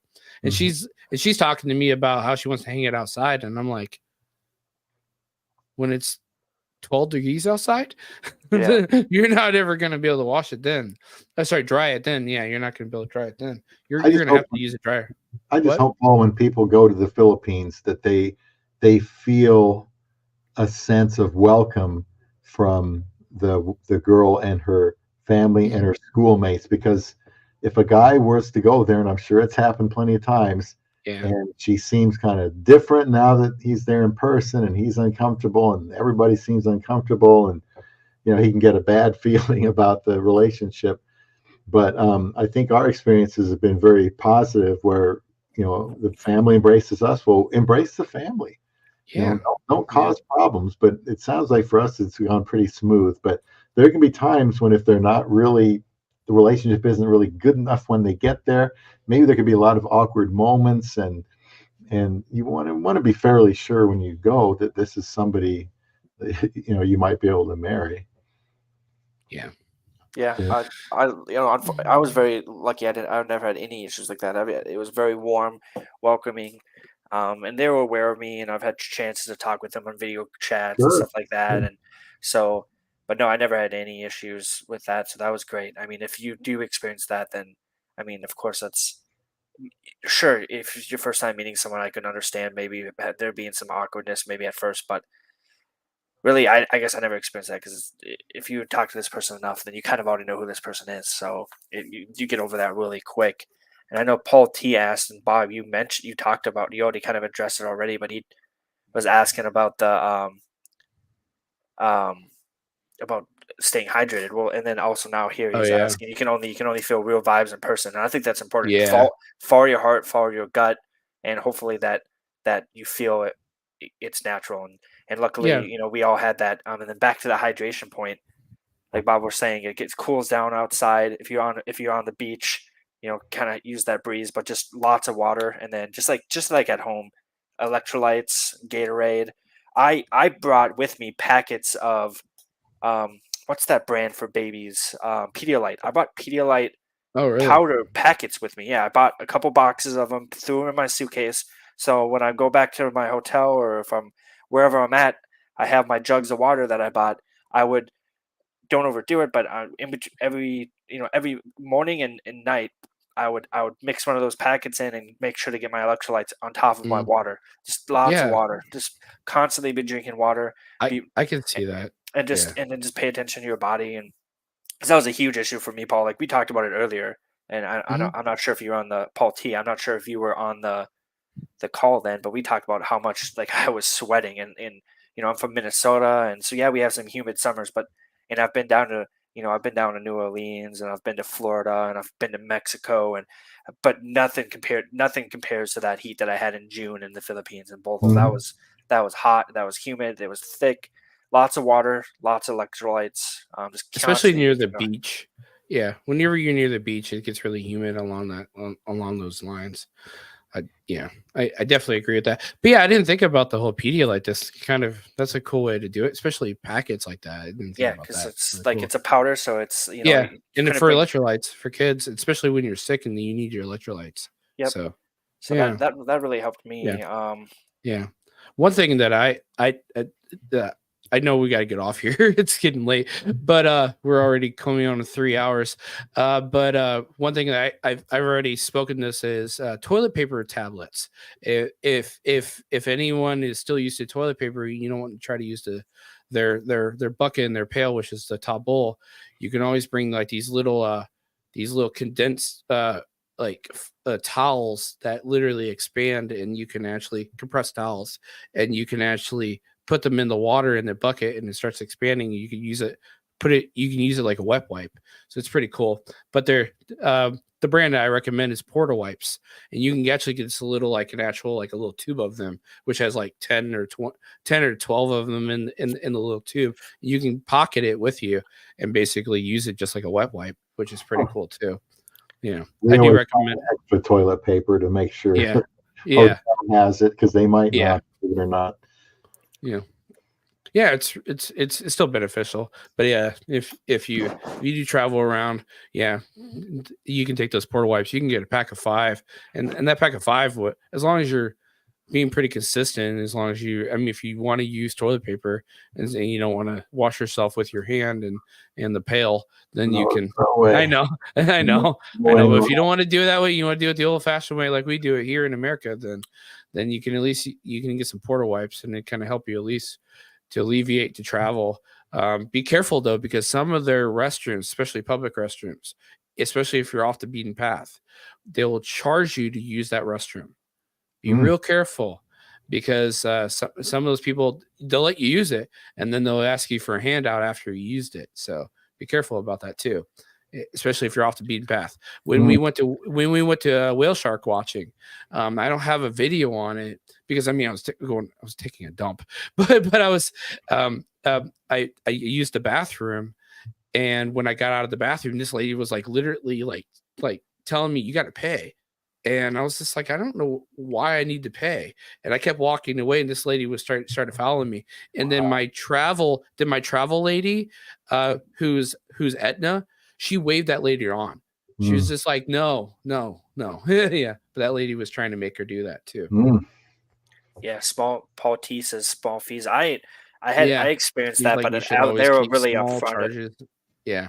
They were really Yeah. upfront. They were upfront to me. Like there's a few smaller islands that I went to, like very Mhm. small islands. I mean, I guess I couldn't tell you how big. You could walk across it in 5 minutes. So really small. But I went to some of these smaller islands to go snorkeling and stuff like that. And yeah, there's a few times I had to use the bathroom, and it wasn't like an actual toilet, but it's just one of their toilets where you have the water. Like a porta potty thing Yeah, almost. and then you have the Yeah. water and you flush it down or whatever. But then yeah, they were really upfront about like, hey, you have to pay.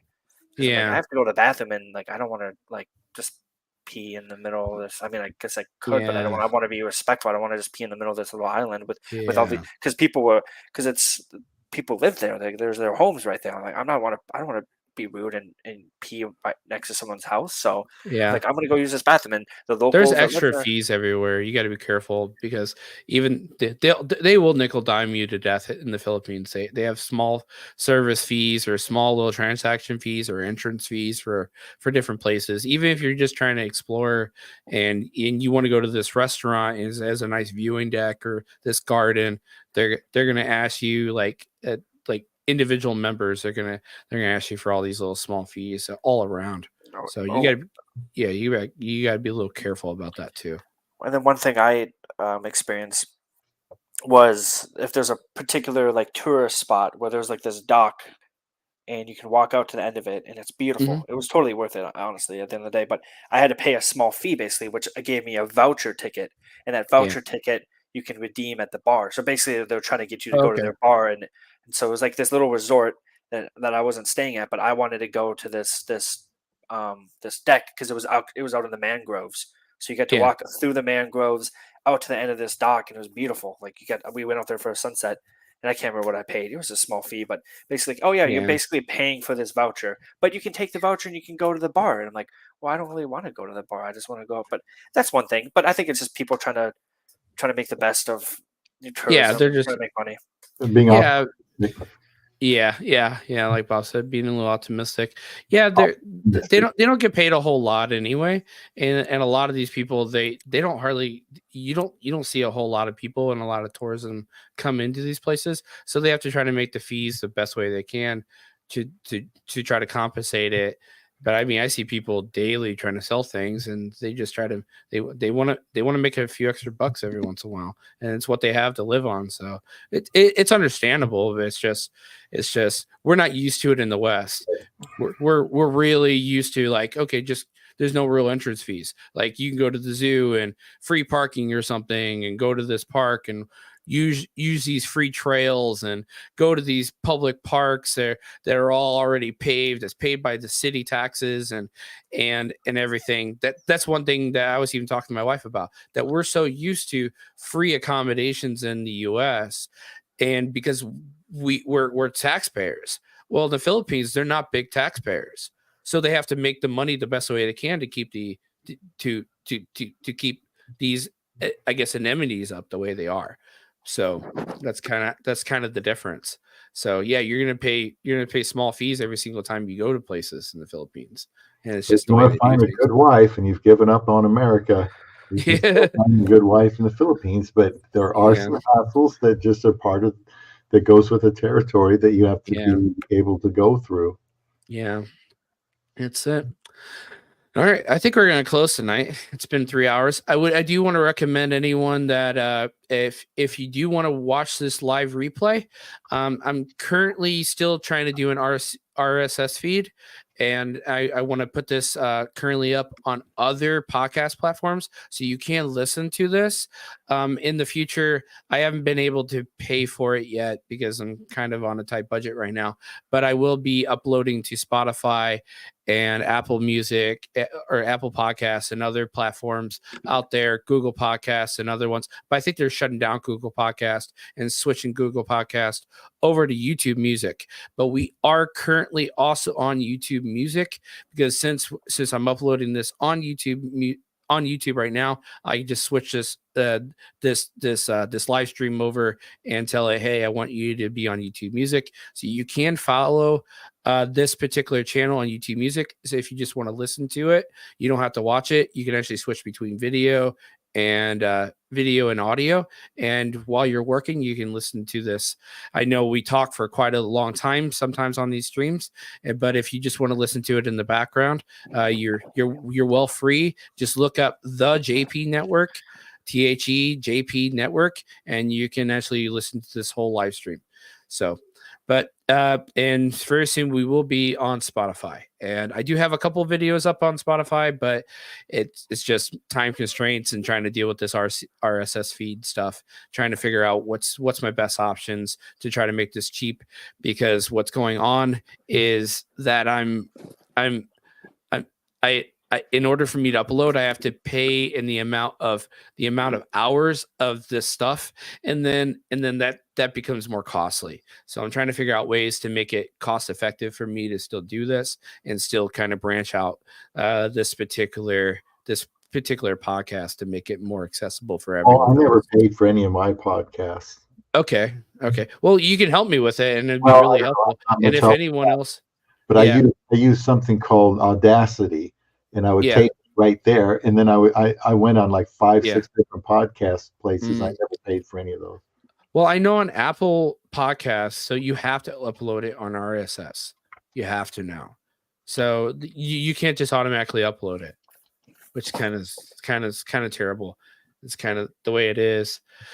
Yeah, but yeah, I completely agree, MCJ. Yeah, if you like this dialogue, this is great.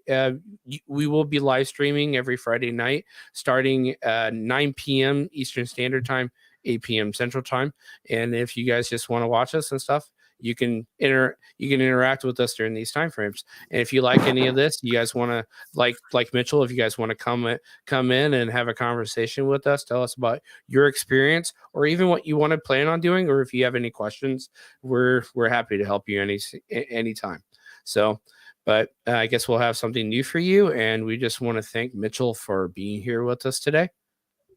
So yeah, thanks. I mean, thanks, Nice to Paul and meet you, Bob. Mitchell.